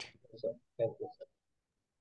আমি একটু ইলাবোরেটিভলি ডিসকাস করছি ইচ্ছা করে, আগেও যেটা বলছি, just repeating myself. Sir machine just লার্নিংটা যদি একটু বলতেন স্যার, মেশিন লার্নিংটা এই বলতে তো পারতেন? এক্ষুনি আসতেছি, নিচেই আসতেছি, আমি শেষ করি নাই, স্লাইডের মাত্র অর্ধেক গেছে। ও আচ্ছা। No worries, no worries, no worries, thank you for asking. So এখন আমরা মেশিন লার্নিং এ ঢুকবো। এখন পর্যন্ত আমরা যা আলোচনা করলাম এমআইএস এবং ডিএসএস, এরপরে এই হাফ অফ দ্য স্লাইড থেকে পরবর্তীতে বেশ কিছুক্ষণ আমরা আলোচনা করব হাউ টেকনোলজি ইন মডার্ন এরা is contributing in enhancing the capability of these systems, decision making systems. ওকে, যেখানে আমরা এআই এমএল আলোচনা করব, ক্লাউড আলোচনা করব, অন্যান্য টেকনোলজি আলোচনা করব। ঠিক আছে? সো এখন পর্যন্ত ডিসিশন মেকিং এবং program non program decision making and MIS DSS আমরা আলোচনা করলাম। I hope you understood. হ্যাঁ, এটা মাথায় থাকবে, এটার সাথে এর সাথে রিলেটেড কোশ্চেনগুলো I hope you will be able to answer ইনশাআল্লাহ। ওকে, আচ্ছা, 8:23 বাজে। Do you suggest we take a break? Yes, sir. আমাদের ব্রেক আমরা দিতে স্যার পারেন। নামাজে একটা ওকে, ব্রেক নামাজে 8:45 ব্রেক, পর্যন্ত ব্রেক দেওয়া যেতে পারে। 20 মিনিট।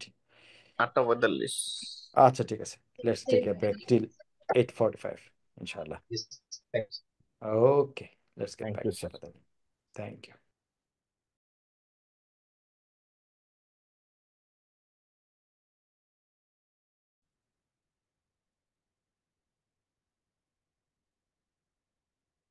ওকে,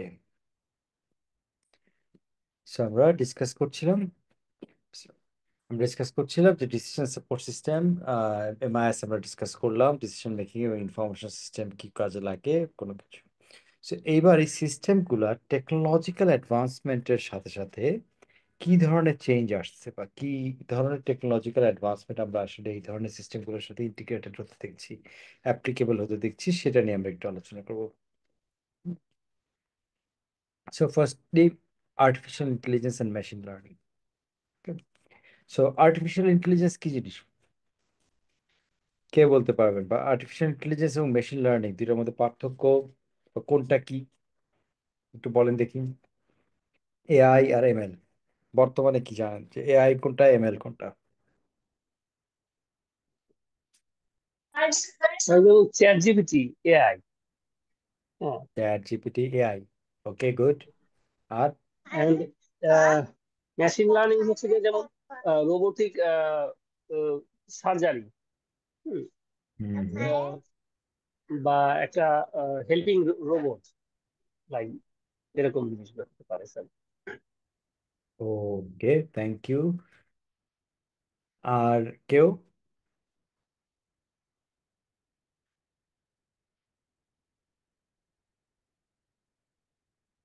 কেউ দ্বিমত পোষণ করেন?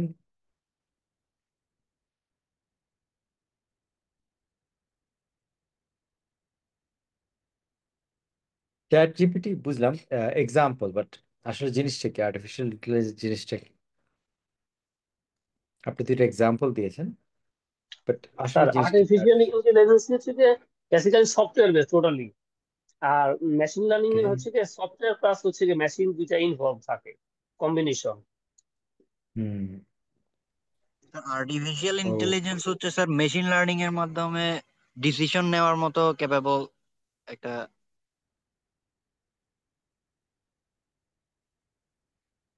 একটা কিছু আহ, software, robot, whatever it is, but জি মেশিন লার্নিং এর মাধ্যমে আর্টিফিশিয়াল, সরি আপনি আবার বলেন কথাটা, কি বলেন? সুন্দর বলছিলেন আপনি কথাটা। মেশিন আবার লার্নিং বলেন এর তো। মাধ্যমে ডিসিশন মেক করার মতো ক্যাপাবল আর কি একটা জিনিস। যে কোনো একটা এন্টিটিকে আমরা বলছি এআই। জি স্যার। ওকে, তাহলে সুন্দর, হোয়াট ইউ হ্যাভ সেইড, ভালো বলছেন। বাট যদি আমরা একটু ভাঙি, তাহলে কি মেশিন লার্নিং এর মাধ্যমে ডিসিশন সাপোর্ট সিস্টেমকে এআই বলে বা ডিসিশন মেকিং কে এআই বলে, আপনি এটা যেটা বলতে চাচ্ছেন, তাহলে এর মধ্যে মেশিন লার্নিং এর ব্যাপারটা কি? মেশিন লার্নিং কে কিভাবে ডিফাইন করবো?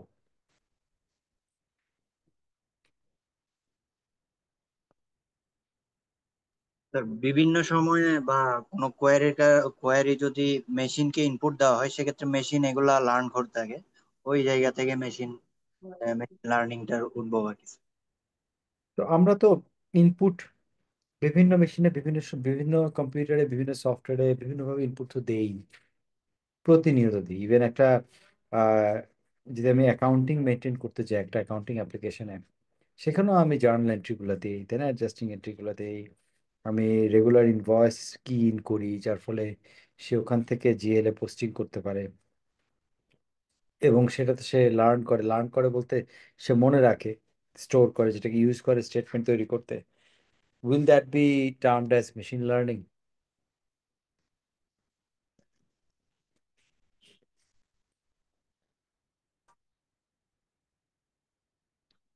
Generally no. আপনার কাছেও জানা অ্যান্সারটা হচ্ছে নো, বাট হয়তো ডিফাইন করতে পারতেছে না, কোনো প্রবলেম নেই, we will do it.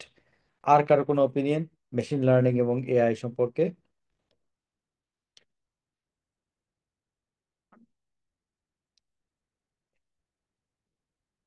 No problem, let me explain. Machine thank learning you. এর পাস্ট দিস, এক্সপেরিয়েন্স থেকে ফিউচার কোনো প্রেডিকশন করা through the wonderful, help of machine and okay, programming. Wonderful. আরো কাছাকাছি চলে আসছি আমরা অ্যান্সারে। Thank you all three of you. মানে ডেফিনেটলি প্রথম, আপনার তো নাম লেখা নাই, জিনিয়াস একাডেমি লেখা, বাট স্টিল প্রথম আপনি যিনি অ্যান্সার করেছিলেন, হুম, ইউ সেইড চ্যাট, মানে উদাহরণ দিয়েছিলেন চ্যাট জিপিটি এন্ড রোবট, এই জায়গাটাতে একটু প্রবলেম হয়ে গেছে কি, মেশিন লার্নিং বাকি দুজন যেটা বলছেন আর রাদার একটু মোর কারেক্টের দিকে, মেশিন ইনভলভ থাকা মানে এই না যে রোবট। মেশিন বলতে আমি ইভেন কম্পিউটার বেসড যে অ্যাপ্লিকেশন যখন বলতেছি, মানে ইট ইজ নট হিউম্যান সোজা কথা। তখনই আমরা একটা মেশিন ইউজ করছি। So it's not literally, it's a machine that does something. Okay, so ওই জায়গা থেকে আমরা বের হয়ে আসবো। বাট পরে লাস্টে যিনি ইয়ে করলেন, যে আমি যখন কোশ্চেনটা করলাম যে তাহলে আমি যখন কি ইন করতেছি, যে কোনো ইনপুট সফটওয়্যারে আমি অনেক কিছু ইনপুট করছি, অ্যাকাউন্টিং ডেটা ইনপুট করছি, সেখান থেকে সে কোনো কিছু মনে রাখছি, is that learning? And it is machine that is learning. তাহলে কি এটা আমি মেশিন লার্নিং বলবো? আমরা সেটা থেকে কি আমরা এআই পাচ্ছি?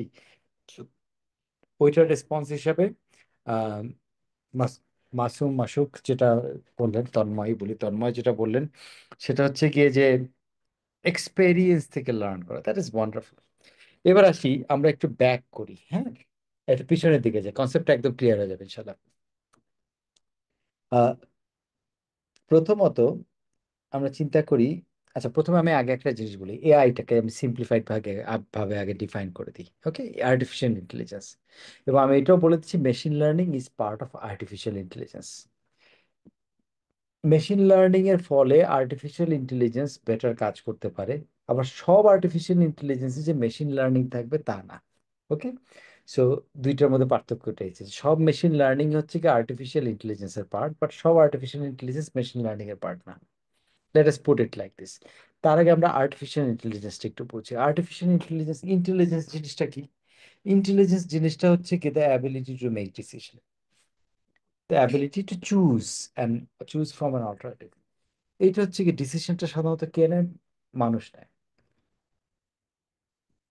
Through processing information using machine মানুষ ডিসিশন নেয়, বাট ডিসিশনটা সে তো ইচ্ছা করলে আহ, তাই ওই যে আমি বাসের এক্সাম্পল দিছিলাম, যে বাসে যাব না ট্রেনে যাব, না জলপথে যাব না আকাশপথে যাব, না হেঁটে রওনা দিব না মোটরসাইকেলে যাব, এই যে জিনিসটা আমি যে একটা অল্টারনেটিভ ডিসিশন নেব, ডিসিশনের মধ্যে আমার যাওয়া দরকার তাড়াতাড়ি, এক্সপেন্সিভ হইলেও তাড়াতাড়ি যাবো, কিন্তু সেখানে তাহলে আমি তাড়াতাড়ি যেতে হলে প্লেন ইজ দ্য বেস্ট মাধ্যম। বাট সবকিছু লজিক ঠিক থাকার পরেও মানুষ কি হয়, ডিসিশন নেয় না, আমার শখের মোটরসাইকেল, বড় শখ করে কিনছিলাম যে এইটা দিয়ে রাজশাহী যাব, হ্যাঁ বাড়ি থেকে যাওয়ার সময় এটা দিয়ে যাব, সো আমার তাড়াতাড়ি যাওয়া লাগলো, মোটরসাইকেল দরকার হলে তাড়াতাড়ি চালায় যাব, তাও প্লেনে যাব না, মোটরসাইকেল নিয়ে যাব। That is also making a decision, right? এখন মানুষ সাধারণত ডিসিশন মেক করে, মানুষের এই ইন্টেলিজেন্সটা আছে, even right decision wrong decision সে বিভিন্ন ডেটা ইনফরমেশনের উপরে বেস করে সে ডিসিশন নিতে পারে। এই ডিসিশন নেওয়ার অ্যাবিলিটিটাকে বলে আমরা মানুষের একটা অ্যাবিলিটি, যে ইন্টেলিজেন্স। নাও এই ইন্টেলিজেন্সটাকে মানুষকে ইনভলভ না করে যদি ডিসিশন নেওয়ানো যায় সফটওয়্যারকে দিয়ে, যখন আমরা বলছি machine, it's predominantly software. Again আমরা ইনফরমেশন সিস্টেম যখন আলোচনা করেছিলাম বলছিলাম যে বলি সবকিছু কম্পোনেন্ট, বাট আসলে মেইন জিনিসটা হচ্ছে সফটওয়্যারটা।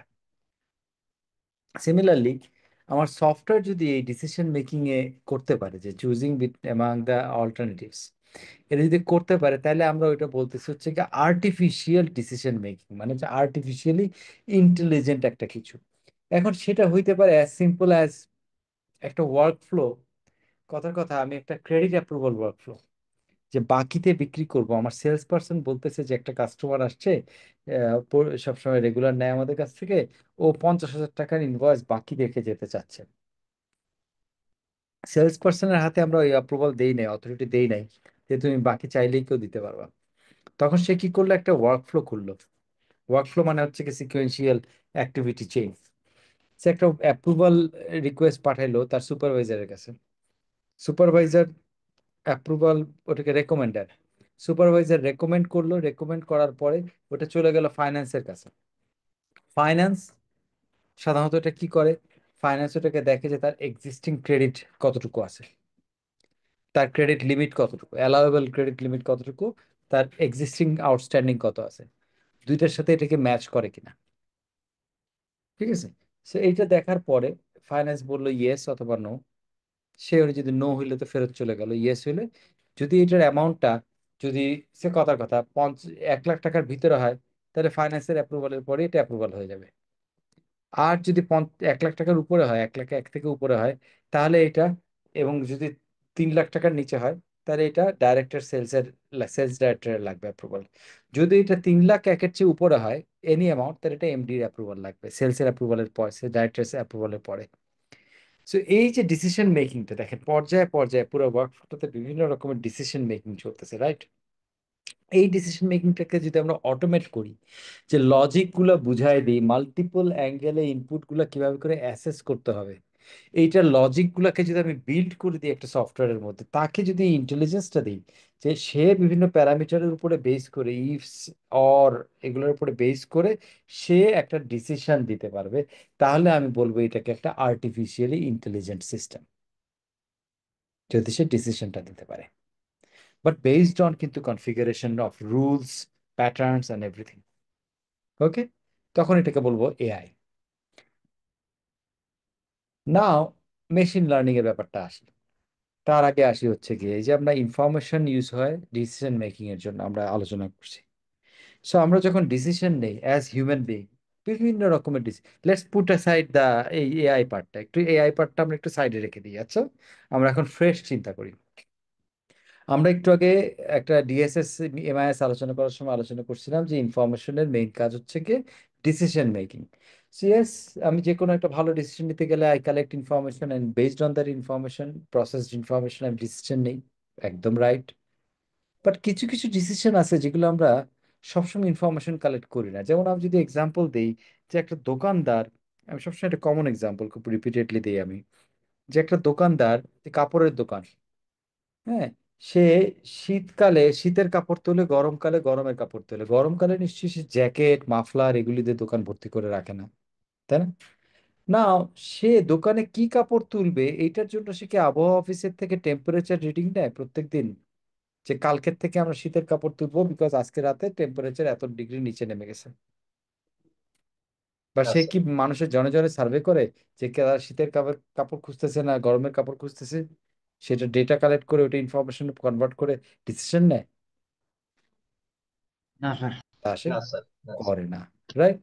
তাহলে তো এই যে ইনফরমেশনের উপরে ইনফরমেশন প্রসেস করে ডিসিশন নেই, কথাটা তো একরকমের ভুল হয়ে গেল। ভুল না, আসলে কি হয়, সে ডিসিশন নেয় কিসের উপরে? তার আইডিয়া, তার knowledge.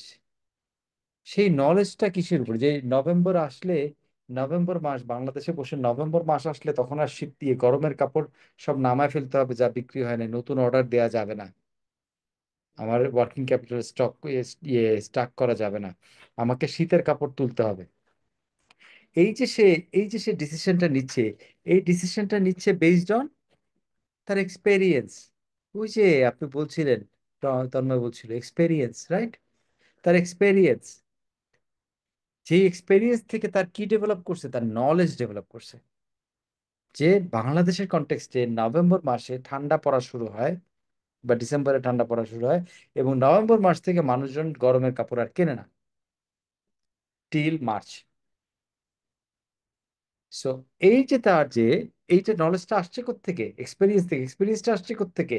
Repetition of a pattern. একই প্যাটার্নের একটা রিপিটেশন বছরের পর বছর, এই রিপিটেশন থেকে একটা এক্সপেরিয়েন্স হয়েছে মানুষদের, এবং সেখান থেকে একটা নলেজ বেস তৈরি হয়েছে। এবং এই যে ডিসিশনটা নিচ্ছে সেটা ইনফরমেশনের উপরে বেস না করে নলেজের উপরে বেস করে ডিসিশন নিচ্ছে, right? Now again let's get back to AI. AI তে আমি বললাম সে যদি ইনপুট তাকে দেয়া থাকে, তাকে রুল দেয়া থাকে, তাকে প্রসেস দেয়া থাকে, তাহলে সে ওই অনুযায়ী সে ডিসিশন নেবে। এবং তার প্রসেসের পরে একই রকম ইনপুট যদি বারবার দেওয়া হয়, সে বারবার একই ডিসিশন দিবে। That is artificial intelligence. Now ML হচ্ছে গিয়ে যখন তার সাথে আমি অ্যাডের একটা ক্যাপাবিলিটি দিচ্ছি, যে তার ভিতরে যে রুল এবং ডিসিশন মেকিং এর যে বেসিসটা, সেটাকে সে ইম্প্রোভাইজ করতে পারে, ইমপ্রুভ করতে পারে based on experience backed knowledge. সে নলেজের উপরে ডিসিশন নিতে শুরু করবে, যে নলেজটা সে তার এক্সপেরিয়েন্স থেকে আস্তে আস্তে এনরিচ করবে। তাহলে তার ডিসিশন মেকিং ইমপ্রুভ হবে। তার মানে সে লার্ন করতেছে। And who is learning now? Not human, machine is learning. It doesn't mean it has to be a robot. It's a computer based program software, যে লার্ন করতেছে ফ্রম প্যাটার্নস, ফ্রম এক্সপেরিয়েন্স, এবং তার মডেলকে enrich করতেছে, তার নলেজকে enrich করতেছে, যেটাকে model enrichment বলে। মডেলকে enrich করছে যাতে বেটার ডিসিশন মেকিং করা যায়। নাও দ্য সায়েন্স ফিকশন মুভিতে বা বইয়ে বলবে যে আর্টিফিশিয়াল ইন্টেলিজেন্স এবং মেশিন লার্নিং এর ফলে রোবট সব দখল করে ফেলতেছে মানুষের সব জিনিস, একদম মানুষের মতো সবকিছু করে। অ্যাকচুয়ালি বর্তমান পর্যন্ত অ্যাটলিস্ট যতটুকু জানি বা ফোরসিয়েবল ফিউচারে robots, artificial intelligence, machine learning, they are they are very tightly focused on a particular subject matter. কারণ তারা মানুষের সমকক্ষ হওয়ার এখনো অনেক পথ বাকি। কারণ আমাদের ক্রিয়েটার, যে যেই ধর্মে বিলিভ করি, আমাদের ক্রিয়েটার এই যে জিনিসটা বানিয়ে দিছে না, that's an amazing thing, unparalleled জিনিস। একই সাথে এই জিনিস এত রকমের ভ্যারাইটি মাথার মধ্যে রাখতে পারে এবং চিন্তা করতে পারে এবং প্রসেস করতে পারে, যেটা মানুষই এখন পর্যন্ত বুঝে উঠতে পারে না মেশিন লার্নিং কি বানাবে। সো মেশিন লার্নিং তখনই নলেজ বেসটা তারা তৈরি করে generally focusing on a particular domain. যেমন আমি যদি এক্সাম্পল হিসেবে বলি, সে এই যে কি বলে এটাকে, ড্রাইভারলেস কার, রাইট? ড্রাইভারলেস গাড়ি, এই যে গাড়িটা চলে, এই গাড়িটা এআই এ ডিসিশন নেয়। তার মানে গাড়ির ভিতরে ট্রাফিক রুল দেয়া আছে ইনপুট হিসাবে, তারপরে ড্রাইভিং এর সমস্ত মেকানিজম দেয়া আছে, এক্সেলেটর কতটুকু চাপতে হবে, কতটুকু ফুয়েল দিতে হবে ইঞ্জিনে, স্পিড বাড়ানোর জন্য, ব্রেক করার জন্য কি করতে হবে, সব দেয়া আছে। এগুলো ফিক্সড ইনস্ট্রাকশন, এগুলো হচ্ছে এআই। বাট তার সাথে অ্যাডেড হচ্ছে গিয়ে সে চলতি পথে এক্সপেরিয়েন্স। মানুষ তো র্যান্ডম বিহেভিয়ার করতে পারে। যেমন আপনি যদি উইথ অল ডিউ রেসপেক্ট সে কথার কথা গুলশানে গাড়ি চালান, আপনি গাড়ি চালানোর সময় আপনার prediction as a driver, prediction একরকমের কাজ করবে। আপনি যদি এখন মিরপুরে গিয়ে গাড়ি চালান, কিছু কিছু এলাকা স্পেশালি মিরপুর আছে, কিছু কিছু বেশ কিছু এলাকা আছে, ওখানে গিয়ে দেখবেন আপনার গুলশানের প্রেডিকশন কাজ করতেছে না। ওখানে হঠাৎ করে চালাচ্ছেন চালাচ্ছেন, টস করে এক লোক রাস্তা পার হওয়ার জন্য দৌড় দিছে। আপনি ঢাকার বাইরে গিয়ে গাড়ি চালান, হঠাৎ করে এক গরু দৌড় দিবে। নাও আপনি এক নলেজ দিয়ে সব জায়গায় অ্যাডাপ্ট করতে পারবেন না। As human drivers we have a learning. আমি যেমন লাস্ট প্রায় 25-30 বছর ধরে গাড়ি চালাই। So, আমার এখন অভ্যাস হয়ে গেছে ঢাকা শহরের কোন কোনায় কোন ধরনের জায়গায়, কোন জায়গায় রাস্তা খারাপ, কোন জায়গায় মানুষ হঠাৎ করে পার হয়, কোন জায়গায় বাস রাস্তা আটকায় দাঁড়ায় থাকে, আমাকে এই জায়গায় ইয়ে করতে হবে, কোন জায়গায় উল্টা পথে বেশি গাড়ি আসে বা বেশি রিক্সা আসে। সেটা কি হয়েছে, আমার নলেজ বেস তৈরি হয়ে গেছে। Now I can drive better based on those knowledge. কারণ আমি drive better because I make decisions better. এখন একটা অটোনোমাস কারে যেখানে হচ্ছে কি ড্রাইভার নাই, তারও লার্নিং এর প্রয়োজন আছে। সে এই রিপিটেড প্যাটার্ন গুলা যখন নিতে থাকে, ইনপুট হিসাবে ডেটাতে কনভার্ট করতে থাকে, ওই ডোমেইনে, পার্টিকুলার ওই ডোমেইনে কনভার্ট করতে করতে করতে করতে তার নলেজ বেসটা রিচার হয়। এবং এইটাকে আমরা বলি হচ্ছে কি মেশিন লার্নিং, যেটাকে বলে হচ্ছে মডেল এনরিচ করতেছে, যেটা দিয়ে এআইটা বেটার ইকুইপড হয় ফর বেটার ডিসিশন মেকিং। তার মানে machine learning is a type of AI, AI এর একটা এনহ্যান্সমেন্ট, একটা অংশ। But AI is basically ability to make decision without a human machine যখন ডিসিশন নেয়। এটাকে ক্লিয়ার হয়েছে এআই আর মেশিন লার্নিং? জি স্যার। স্যার ইন্টারেস্টিং জিনিসটা। জি বলেন Akhtaruzzaman sir please. Sir normally একটা প্রোগ্রাম সফটওয়্যার আর একটা এআই প্রোগ্রাম সফটওয়্যার এর মধ্যে পার্থক্য কি? ওকে, এআই আর একটা নর্মালি একটা প্রোগ্রাম সফটওয়্যারের মধ্যে পার্থক্য আসলে খুব বড় না। বাট এআই এর কিছু মডেল ভ্যারিয়েশন আছে। যেমন এআই আমরা বলি হচ্ছে ডিসিশন ট্রি। অনেক সময় ডিসিশন ট্রি একটা নর্মাল সফটওয়্যারও হইতে পারে। বাট এআইটা কি হয়, এআই ইজ আরেকটি intense logic distribution in multiple layer করতে পারে। মানে এটা বিল্ডটি হচ্ছে গিয়ে, এটা তৈরি করা হয়েছে হচ্ছে গিয়ে ডিসিশন মেকিং প্যাটার্নের উপরে কাজ করতে, ফিল্টারের উপরে কাজ করতে। আর একটা normal software is made to automate a process. That is the main পার্থক্য।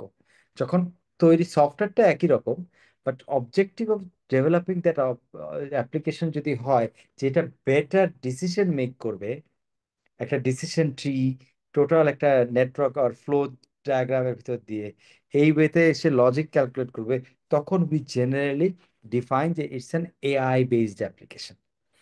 আর যখন ওই অংশটুকু অতটা এমফাসাইজ না, জাস্ট টু অটোমেট, কারণ এআইও কিন্তু অটোমেটই করে, সফটওয়্যার যে কাজ করে রেগুলার সফটওয়্যার, এআই বেসড একটা সফটওয়্যার একই কাজ করে। কিন্তু তখন হচ্ছে গিয়ে যখন আমি শুধুমাত্র রুডিমেন্টারি আমার অটোমেশনের জন্য করব, যে আমি এভাবে করে এন্ট্রি গুলা দিব, ও গুছায় আমার ট্রায়াল ব্যালেন্স তৈরি করে দিবে, ব্যালেন্স শিট তৈরি করে দিবে, দ্যাটস নট এআই। আমরা ডাইরেক্টলি এআই বলতেছি না, বাট ও কিন্তু রুল বেসড প্রসেসিং করতেছে। কিন্তু ওইটা হচ্ছে কি for the sake of automation, automating certain work, not for making a decision and analysis like human. ঠিক আছে? স্যার তাহলে কি মানে জি বিষয়টা এরকম যে মেশিন লার্নিং হলো একটা ফ্যাক্ট অথবা এক্সপিরিয়েন্স ক্রিয়েট করতেছে, যেটার মাধ্যমে আর্টিফিশিয়াল ইন্টেলিজেন্স আপনার হলো ডিসিশন মেক করতেছে এর বেস করে এর থেকে। অ্যাবসলিউটলি। যখন আমরা চ্যাট জিপিটির কথা বলি, চ্যাট জিপিটি শুধু এআই না, সবই এআই, বাট চ্যাট জিপিটির পিছনে একটা মেশিন লার্নিং ইঞ্জিন আছে, যে কন্টিনিউয়াসলি আপনি ধরেন আজকে আমি যদি আমার চ্যাট জিপিটিতেই বলি, আমি যেমন লাইসেন্স চ্যাট জিপিটি ইউজ করি, আমি প্রচুর মডেল অ্যানালাইসিস করাই। আমি আমার হাসপাতালের পেশেন্টের নো শো কেন আসতেছে না, হ্যাঁ, অ্যাপয়েন্টমেন্ট করে আসে নাই, বা এইটা করে ওইটা করে নাই, বা আমি একটা পার্টিকুলার টাইপের, আমাদের ফ্যামিলি মেডিসিন ডিপার্টমেন্ট আছে, ফ্যামিলি মেডিসিন ডিপার্টমেন্টের ল্যাব কনভার্সন কেন কম, এইটার যে বিভিন্ন ডেটা মডেলগুলো, এগুলো আমি মেটাবেস থেকে বা বিআই টুল থেকে নিয়ে আবার চ্যাট জিপিটিতে আপলোড করি রেগুলার করে, আমি ওকে বিভিন্ন রকমের কোশ্চেন করি, আমি ওকে হিন্ট দেই কিভাবে লজিক্যালি চিন্তা করতে হবে। বাট এই যে আমি হিন্টগুলো রেগুলার দিচ্ছি যে কিভাবে চিন্তা করতে হবে, এই প্যাটার্ন থেকে সে আসলে আমার সম্পর্কে, আমার ডিমান্ড সম্পর্কে প্রচুর জিনিস মেশিন লার্নিং এর মাধ্যমে লার্ন করে নিছে। এখন যখন আমি একটা কথা জিজ্ঞাসা করি যে ওকে, তোমাকে এই ডাটাটা দিলাম, ওকে গিভ মি আ সামারি, এটাতে প্রোডাক্ট ওয়াইজ একটা সামারি দাও।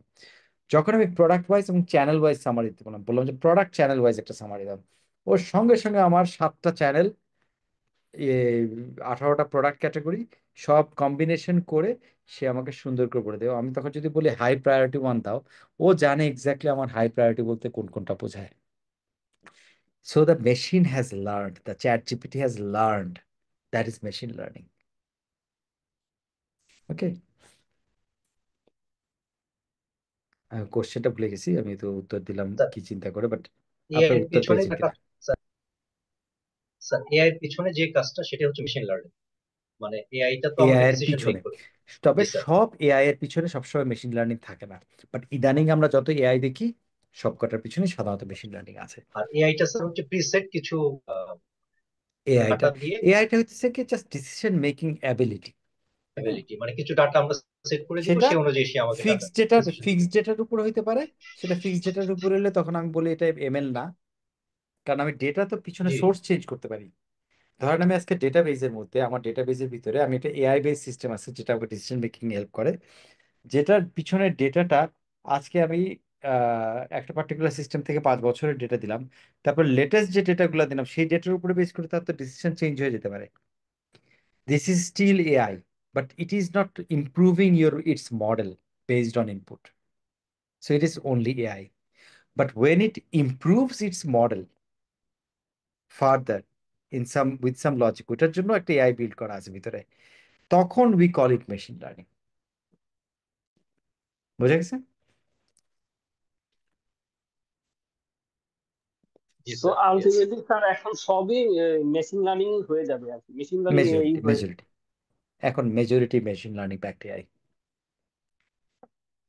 কারণ আগে যখন এআই স্যার প্রথম এআই প্রথম কি হতো বিগ তখন ডাটা অথবা ডাটা ইউজ করে না? অবশ্যই করে, অবশ্যই করে। এখন যেমন আপনার ইভেন যে চ্যাট জিপিটির কথা বলতেছি, আপনার পেইড ভার্সন চ্যাট জিপিটিতে when you search something, deep research করি, আমি যখন রিসার্চ করতে বলি, ও তখন ওয়েবে বিভিন্ন জায়গায় অন্য ডেটাবেজে বিগ ডেটা সোর্সে সার্চ করে করে নিয়ে আসে। সো এখন অনেক এক্সপান্ডেড হয়ে গেছে। আর ChatGPT is not a very good example of AI. It's a good example, but not a very good example because এর বাইরেও এআই আসলে অনেকে আমরা ইউজার এই ধরনের জেনারেল ইউজার এআই এর বাইরেও আসলে অনেক রকমের টুল আছে। যেমন আমরা ক্লিনিক্যাল এআইতে যেমন আমরা বলি যে আমাদেরই একটা ইয়ে আছে, সে এক্স রে যেটা হয় চেস্ট এক্স রের মধ্যে যদি কখনো ওপাসিটি থাকে, ঘোলা কোনো অংশ থাকে, তাহলে এটাকে কি এটা ডিটারমাইন করার জন্য আমাদের অনেক কিছু কোরিলেট করতে হয়। যে ডাক্তাররা যারা তাদের কোরিলেট করতে হয় এটা কি নিউমোনিয়ার জন্য হয়েছে না এটা টিউবারকিউলোসিসের জন্য হয়েছে। যদি টিউবারকিউলোসিসের জন্য হয় এটা ভালো হবে না, হ্যাঁ, সো ওই জায়গাটা ড্যামেজ থাকবে, নাকি করোনার জন্য এটা ওপাসিটি হয়ে গেছে। তো এই ধরনের অনেক কিছু থাকে যেটাকে আবার কোরিলেট করতে হয় অন্যান্য ইয়ের সাথে। সো একটা এআই টুল ইজ দেয়ার, এরকম এআই টুল আছে যে এক্স রে ইমেজিংটা দিলে সে অন্যান্য কোরিলেশনের সাথে টোটাল কম্বিনেশন, একটা কমপ্লেক্স কম্বিনেশন করে ওইটার যে ডেন্সিটি এবং ওটার যে প্রোগ্রেশন এটা দেখে সে একটা ইন্ডিকেশন দিতে পারে। এখনো মেডিকেল ডিটারমিনেশন এআই দিয়ে করা হয় না। হ্যাঁ, এখনো ক্লিনিক্যাল ডিটারমিনেশন এখনো এআই দিয়ে করা হয় না ফুললি। সো যেটা হয় যে সে একটা ইন্ডিকেশন দিতে পারে যে this is likely to be this because of this, but that helps a lot of decision of the doctor. So এরকম প্রচুর এআই টুল আছে। It's not limited to ChatGPTs, there are lot of AI tools এখন use হয়। হ্যাঁ, আমি recently একটা explore করছি commute, that is ওই ডাক্তাররা জাস্ট বলবে পেশেন্টের সাথে বাংলায় কথাবার্তা বলতেছে, ও প্রেসক্রিপশন তৈরি করতেছে। ওর মধ্যে তার রেস্ট নিতে কতক্ষণ বলছে, তাকে ওষুধ কতটুকু খাইতে বলছে, কোন ওষুধটা কি ডোজে খেতে বলছে, অটোমেটিক্যালি সে বেছে টেছে একদম কারেক্ট স্পেলিং এ সব জায়গা মতো, রেস্টের জায়গায় রেস্ট, ওষুধের জায়গায় ওষুধ, ডায়াগনোসিসের জায়গায় ডায়াগনোস, চিফ কমপ্লেনের জায়গায় চিফ কমপ্লেন, সব বসায় দিয়ে প্রেসক্রিপশন তৈরি করে ফেলতেছে। জাস্ট ডাক্তার পেশেন্টের সাথে কথা বলতেছে আর কিচ্ছু না, নাথিং। চিন্তা করা যায় সে কোন জায়গায় কোনটা বসাইতে হবে সমস্ত কিছু বসাই ফেলছে। সে রিমাইন্ডার সেট করে ফেলছে, ডাক্তার বলছে আপনি ওষুধ খাওয়ার পরে 7 দিন পরে আমাকে দেখাবেন, সে 7 দিন পরের শিডিউল তৈরি করে ফেলছে। So this is AI. Okay, এবং এটা ইমপ্রুভ করে মেশিন লার্নিং ব্যাকড। সেরকম অনেক কিছু আছে, অনেক অনেক অনেক অনেক অ্যাপ্লিকেশন আছে AI based. So it's a huge world out there. হ্যাঁ, so you need to be prepared, মানে এই জিনিসগুলো ইউজ করে বেনিফিট নেওয়ার জন্য প্রিপেয়ার্ড, ভয় পেয়ে না। এনিওয়েজ, সো এআই আর এমএল আই হোপ কনসেপ্ট মোটামুটি একটা আন্ডারস্ট্যান্ডিং তৈরি হয়েছে, তাই না? ইনশাআল্লাহ। So let's move to cloud computing. আচ্ছা, ক্লাউড কম্পিউটিং, ওকে, কারো আইডিয়া ক্লাউড কম্পিউটিং সম্পর্কে?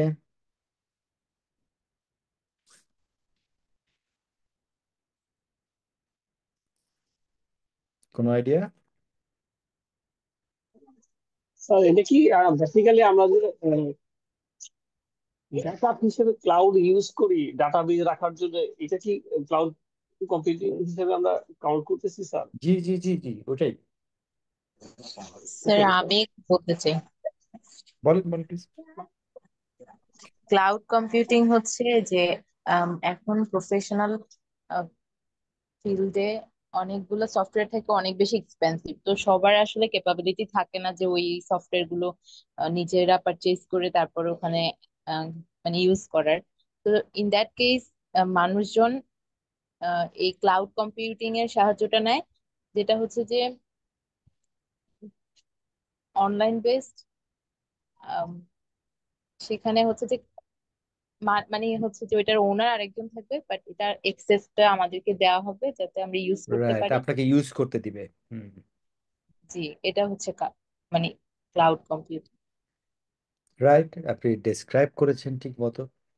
কোনো অসুবিধা নেই, that is cloud computing. But এটাকে ক্লাউড কম্পিউটিং কেন বলি, মানে ক্লাউড কম্পিউটিং কেন বলি এটা যদি চিন্তা করি, এনি আইডিয়া কারো? রিমোটলি যে এইটা কোনো স্যার জায়গা থেকে স্যার আমরা সিঙ্গেল ইন্টারনেট ব্যবহার অ্যাপে করে, ইউজ করা যায়। মানে নিজের কম্পিউটার বা ডাটাবেসটা আমার নিজের না, বাট অন্য একটা ডাটাবেসে আমি নেট ইউজ করে ওইখানেও আমি স্টোরেজ করতে পারতেছি ডাটা, এই কারণে কি স্যার বলেন? রাইট, হ্যাঁ, এটাও একটা কারণ অবশ্যই। রিমোট, আপনি যেটা বললেন, নূর যেটা বলেন, তৌহিদ যেটা বললেন, সেটাও রাইট যে এটা রিমোটলি ইউজ করতেছি আমরা। চলেন আমরা এরকম টেকনোলজি যে ভুলে গিয়ে বল ব্যাকগ্রাউন্ড তন্ময় বল। অনেক এরকম যে মানে ক্লাউড আমরা যেমন দেখি খুব ইজিলি ফ্লোট করতে পারে এক জায়গা থেকে আরেক জায়গায়। সো আমাদের অ্যাক্সেস টু দ্য ডেটা, মানে সার্ভার তো এক জায়গায় থাকেই, we can access that specific data from anywhere in the world. তো এটাকে স্যার ক্লাউড কম্পিউটিং বলে। আজকে যদি এই ক্লাসটা ফিজিক্যালি হইতো, তাহলে আমি আপনাকে নিচে থেকে চকলেট কিনে নিয়ে এসে আপনার চকলেট খাওয়াইতাম।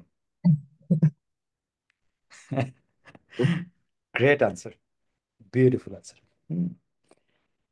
অ্যাবসলিউটলি, আমি ওই কথাটাই বলতে চাচ্ছিলাম এক্স্যাক্টলি, আপনি আমার মুখের কথা কেড়ে নিছেন।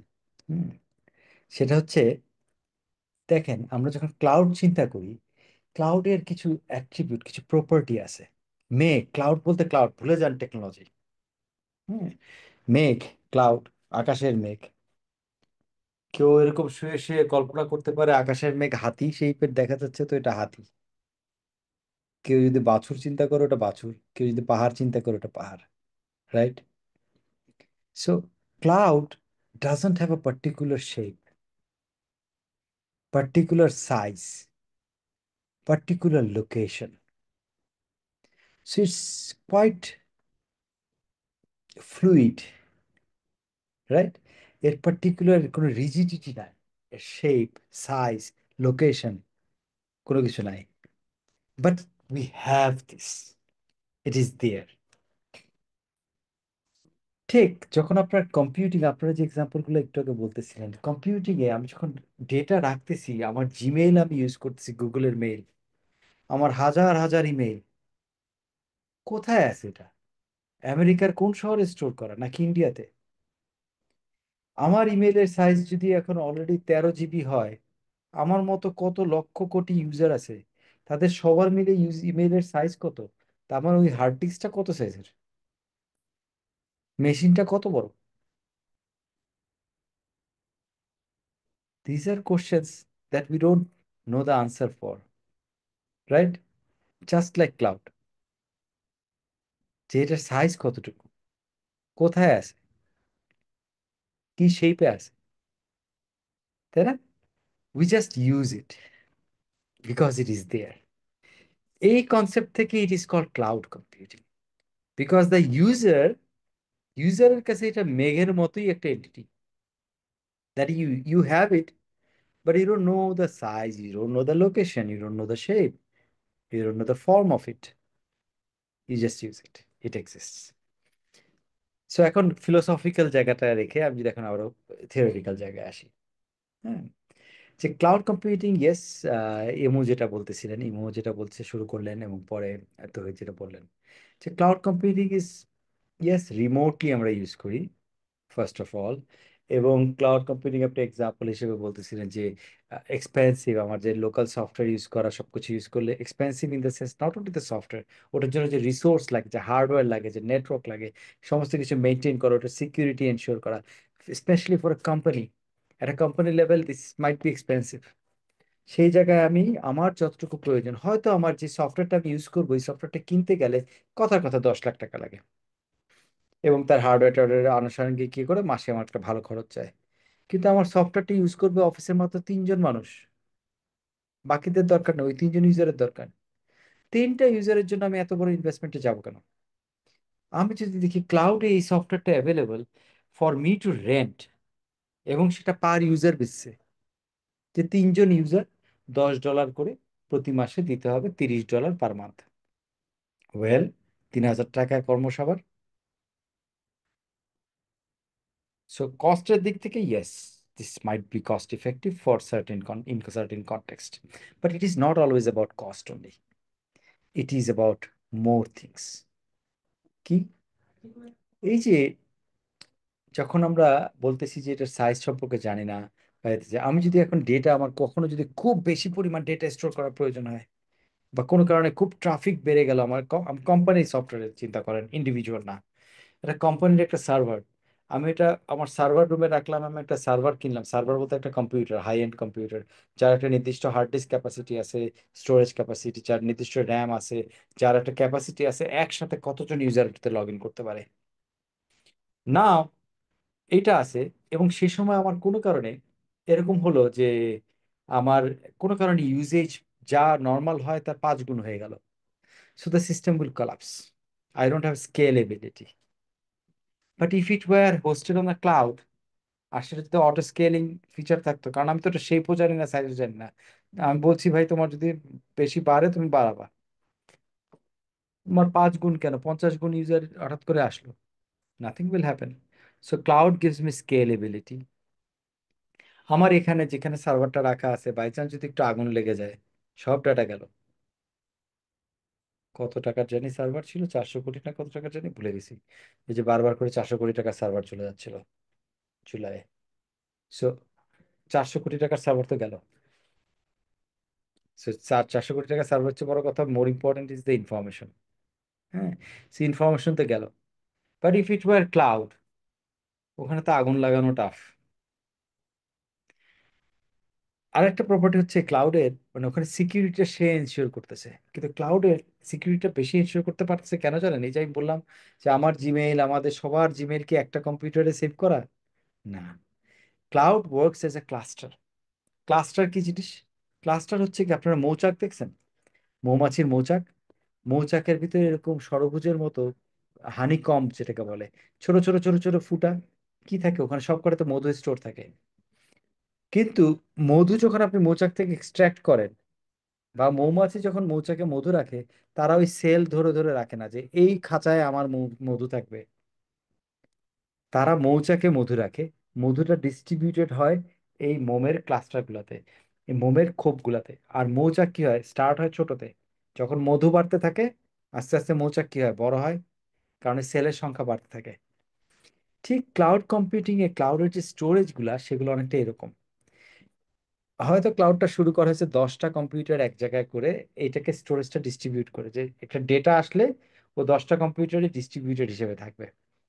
কিন্তু যদি ডেটা বাড়তে থাকে, দেয়ার আর সার্ভিস প্রোভাইডার যারা ক্লাউডে কম্পিউটার দেওয়ার জন্য, ভাড়া দেওয়ার জন্য বসে থাকে, গুগলকে, অন্যান্য কোম্পানিকে, যে তোমার যখন প্রয়োজন, মেক্সিকোতে যদি তোমার সিস্টেম প্রয়োজন হয়, নাও মেক্সিকো থেকে তোমাকে 10,000 সিস্টেম দিলাম, তুমি এর মধ্যে যত ইউজ করবা সেই কটার ভাড়া আমাকে দিবা। আমি কিন্তু আদার এন্ডের গল্প বলতেছি, যারা ক্লাউড প্রোভাইডার তাদের গল্প।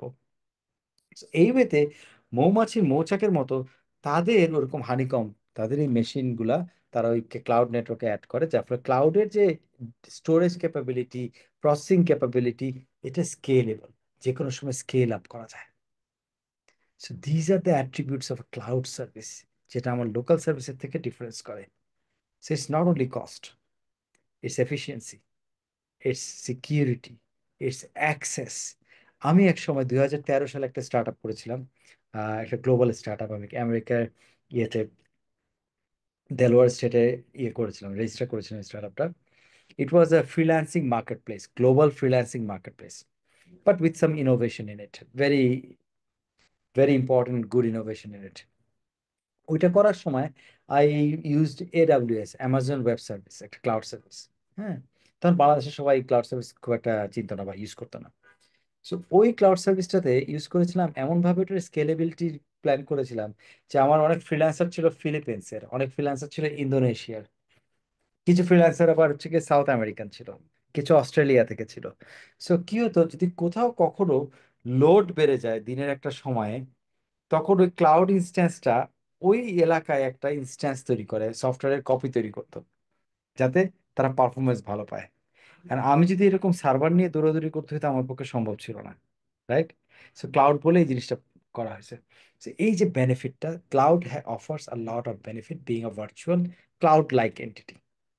সো ক্লাউড জিনিসটা কি এটুকু বোঝা গেছে, কেন ক্লাউড বলি? জি স্যার। গ্রেট। জি sir.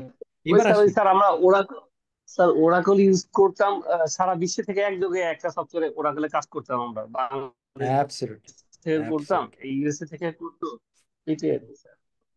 Absolutely, these are all cloud based systems. So ক্লাউডের আমরা সাধারণত 3 ভাবে সার্ভিসটা পাই। ওকে, 3 ভাবে ইউজ করি। Let's talk about that.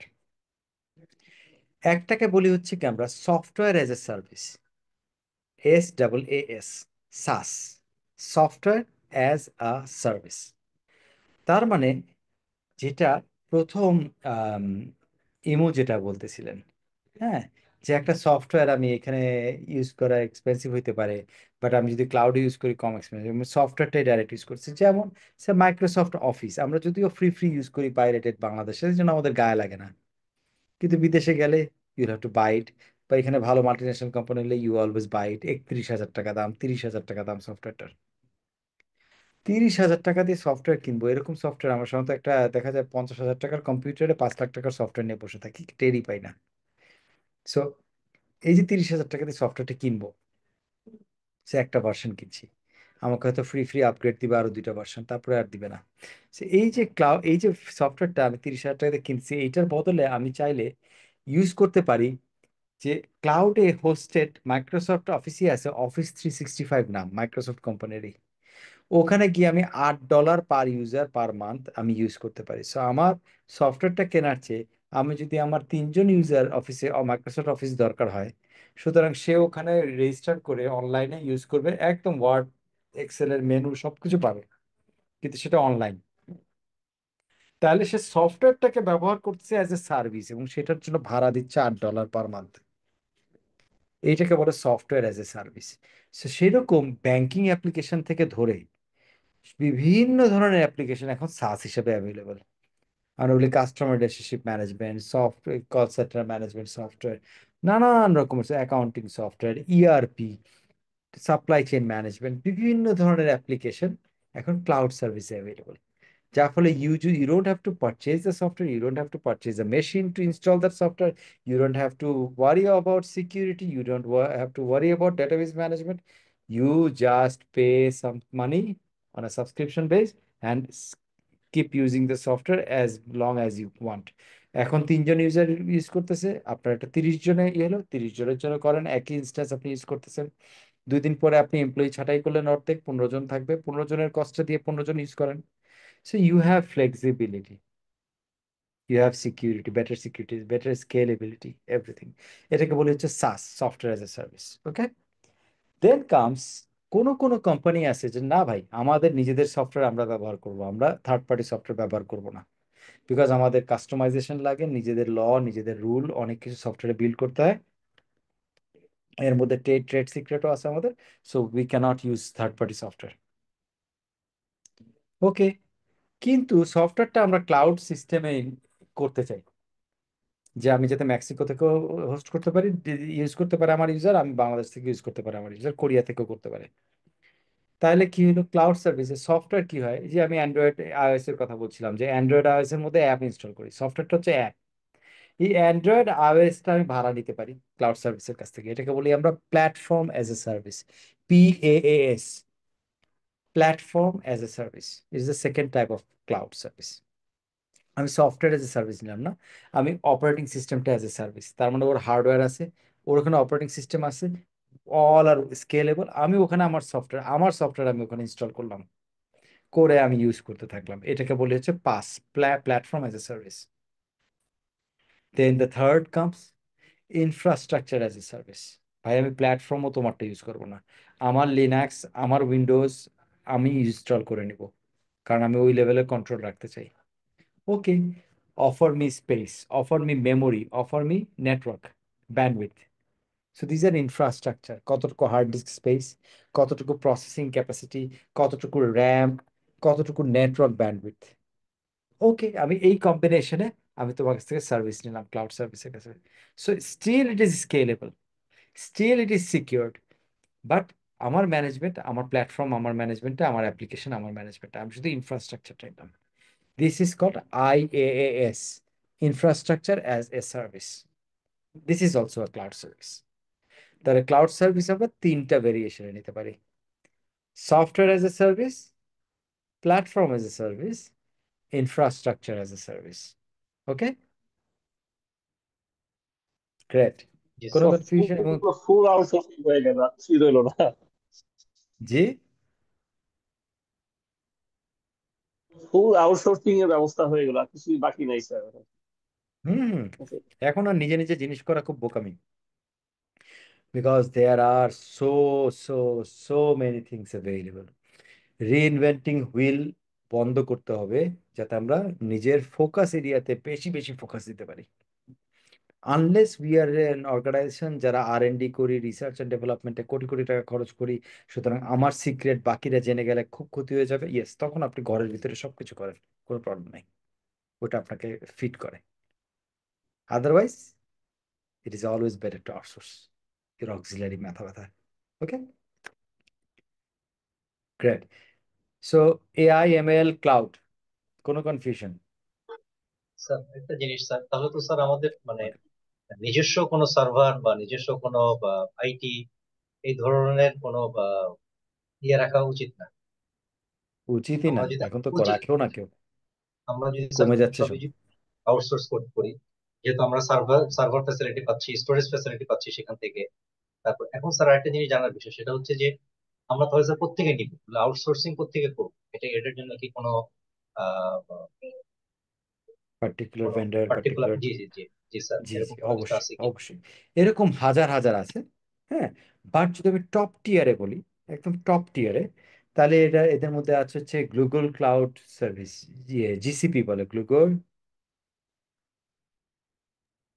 Google cloud Google platform. Cloud platform, GCP, Google cloud platform, গুগলের। AWS, Amazon Web Service. Azure, মাইক্রোসফটের Azure, Oracle Cloud, ওরাকলের ক্লাউড সার্ভিসেস। আর আপনি যেটা উদাহরণ দিচ্ছেন, that was Oracle business suite probably, আরেকজন যেটা মেনশন করছিলেন। সো ওটা ERP ওরাকলের, ওটাও ক্লাউডে রান করে এখন, ওরাকল ক্লাউড বললাম। সো এইরকম এরা হচ্ছে সবচেয়ে পপুলার ক্লাউড সার্ভিস প্রোভাইডার্স। হ্যাঁ, AWS, Azure, GCP, Google cloud platform, Oracle cloud, এরা হচ্ছে সবচেয়ে পপুলার ক্লাউড প্ল্যাটফর্ম বর্তমানে, এই চারটা পাঁচটা। এর বাইরেও ডিজিটাল ওশন আছে, আমি একটা ইউজ করতাম, ভুলে গেছি, I forgot the name, নানান রকম এই ধরনের অনেক ক্লাউড প্রোভাইডার আছে ওয়ার্ল্ড ওয়াইড। ওকে, স্যাপ সো স্যাপও তো স্যাপ না, SAP। হ্যাঁ, স্যাপ বললে SAP ওয়ালারা মাইন্ড করবে। হ্যাঁ, ওটা হচ্ছে SAP, যদিও এটা অ্যাব্রিভিয়েশন না, but still it is SAP, pronounced SAP। Okay, so SAP হচ্ছে কি ERP। এখন SAP দুই রকমের ভার্সন আছে, অন প্রেমাইজ ভার্সন আছে, ক্লাউড ভার্সন আছে। সো SAP বিজনেস ওয়ান যেটা, সেটা হচ্ছে ক্লাউড ভার্সন, সেটাও ক্লাউডে ব্যবহার করা সম্ভব। ওরাকলের হাইপেরিয়ন বলে একটা সফটওয়্যার আছে, যেটা হচ্ছে BI সফটওয়্যার, পৃথিবীর ওয়ান অফ দ্য অন্যতম খুব ভালো BI। IBM এর একটা সফটওয়্যার আছে Cognos, that's one of the most expensive BIs in the world. These are all cloud based এখন। So hundreds and thousands of cloud Hyperion use করছি providers. Sir, খুব বড় স্যার। হ্যাঁ, হাইপেরিয়ন ইউজ ডাটা করছেন? ইয়ে কখন করা জি, দ্যাটস অ্যামেজিং টু। ওরাকলের সাথে মিক্স করে এই যে ডাটা স্টোর ওরাকলের করে সাথে আসলে না, ওটার অ্যানালাইসিস জন্য করা। আলাদা পয়সা দিতে হয়, বাট ওরাকলের ওটা। হুম। আর SAP-র আছে এরকম হচ্ছে গিয়ে SAP বিজনেস অবজেক্ট বলে। হ্যাঁ, SAP-র যেটা হাইপেরিয়ন, সেটা হচ্ছে SAP বিজনেস অবজেক্ট বলে। IBM এর আছে কগনোস। হ্যাঁ, HP-র আছে HPPV বলে একটা আছে।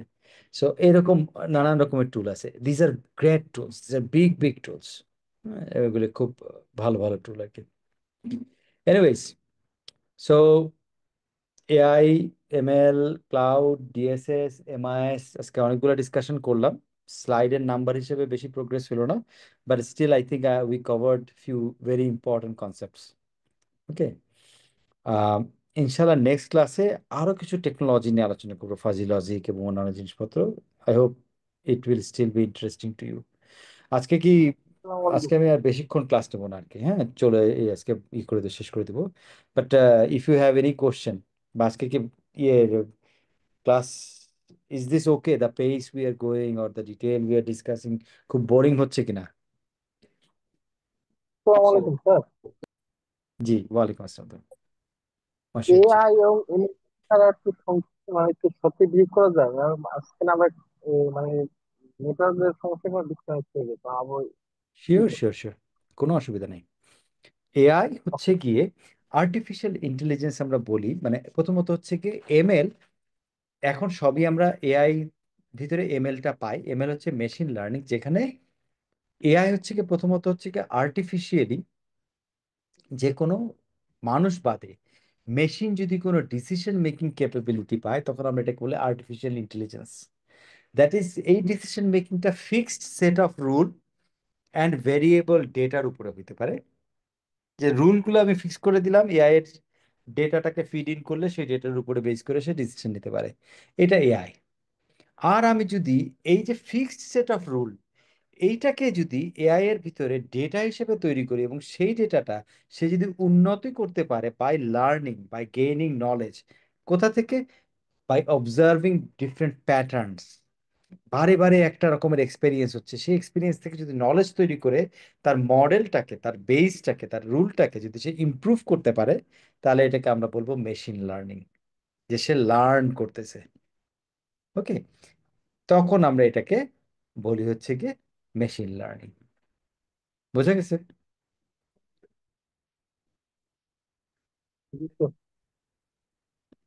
গ্রেট। আচ্ছা, আপনারা ইয়ের আমি এই চ্যাটে কি এটা দিয়ে দিই না? চ্যাটে কি অ্যাটাচ করা যায়? জি স্যার। স্যার যাবে স্যার, চ্যাট ও বক্সে চ্যাট দিয়ে দেন। File, okay, perfect perfect, just give me a second, আমি এখনই অ্যাটাচ করে দিচ্ছি। ম্যানুয়ালটা বোধহয় সাইজ বড় কিনা, সিসা অফিসিয়াল ম্যানুয়াল, ওকে। ওরে সব না, 315 মেগাবাইট, আপনারা কি ডাউনলোড করতে পারবেন? স্যার এটা কি 28 এডিশনটা না? এটা 2024। 28 28তম এডিশন। হ্যাঁ হ্যাঁ হ্যাঁ হ্যাঁ, 28তম, রাইট রাইট রাইট, স্যার 28তম আছে। আছে না? হ্যাঁ, 28 এডিশন, রাইট। সো স্যার এইটা একটু শেয়ার করে আমি দিবেন। এখন শেয়ার তো করলাম না হয়, কিন্তু 315 মেগাবাইট। হুম, স্যার এটা স্যার কয়েকদিন আগে আমাদের হোয়াটসঅ্যাপে দেওয়া আছে মনে হয়, হোয়াটসঅ্যাপে আমাদের হোয়াটসঅ্যাপ গ্রুপে দেওয়া আছে। কোথায় দিয়ে দিলে বেটার হবে তো? স্যার মেইলের জি ভিতরে স্যার। দিয়ে দেন স্যার। স্যার স্যার মেইলে মেইলের দিয়ে ভিতরে দিলে দিয়ে আচ্ছা, মনে দেন। হয় ভালো হবে। ঠিক আছে। মেইলে তো আদার্স না, একটু মেলে আরো আসবে না না। ক্লিক করে দিতে হবে। মেইলে অনেকের আসবে না। আচ্ছা, আমি এই যে এখানে আপলোড করে দিছি অলরেডি, এই যে জাস্ট চলে যাচ্ছে, আর 4-5 সেকেন্ড লাগবে মনে হয়। হুম, সো আপনারা দেখেন, কেউ যদি ডাউনলোড করে নিতে পারেন, সে একটু বাকিদের শেয়ার করে দিলেন আপনাদের হোয়াটসঅ্যাপ গ্রুপে বা কোথাও। ওকে, আপলোড হয়ে গেছে।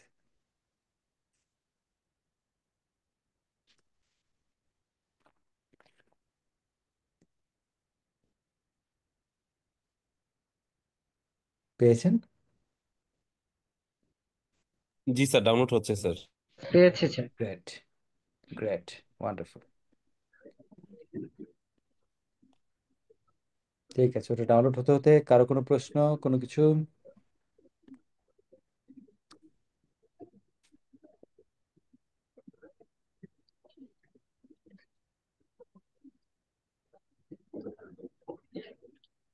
ঠিক আছে, যদি প্রশ্ন না থাকে তাহলে আজকে আমরা ক্লাস শেষ করি।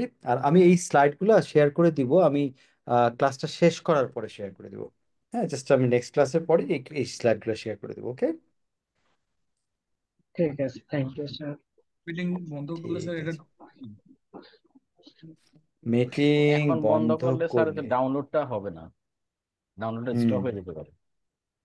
না, আমি চলে গেলে মনে হয় থাকবে, যদি আমরা আপনাদের যেমন জারিন, তাসনিন, আপনি কোহোস্ট আছেন, গোলাম রাব্বানি কোহোস্ট আছেন। So I think either of you যদি আপনারা একটু অনলাইনে থাকেন কিছুক্ষণ, তাহলে ডাউনলোড হয়ে যেতে পারবে। আসসালামু আলাইকুম স্যার। জি, সমস্যা নেই। ঠিক আছে, thank you so much. So I am leaving, আমি জারিনকেই হোস্ট বানিয়ে লিভ করতেছি। থ্যাংক ইউ সবাই।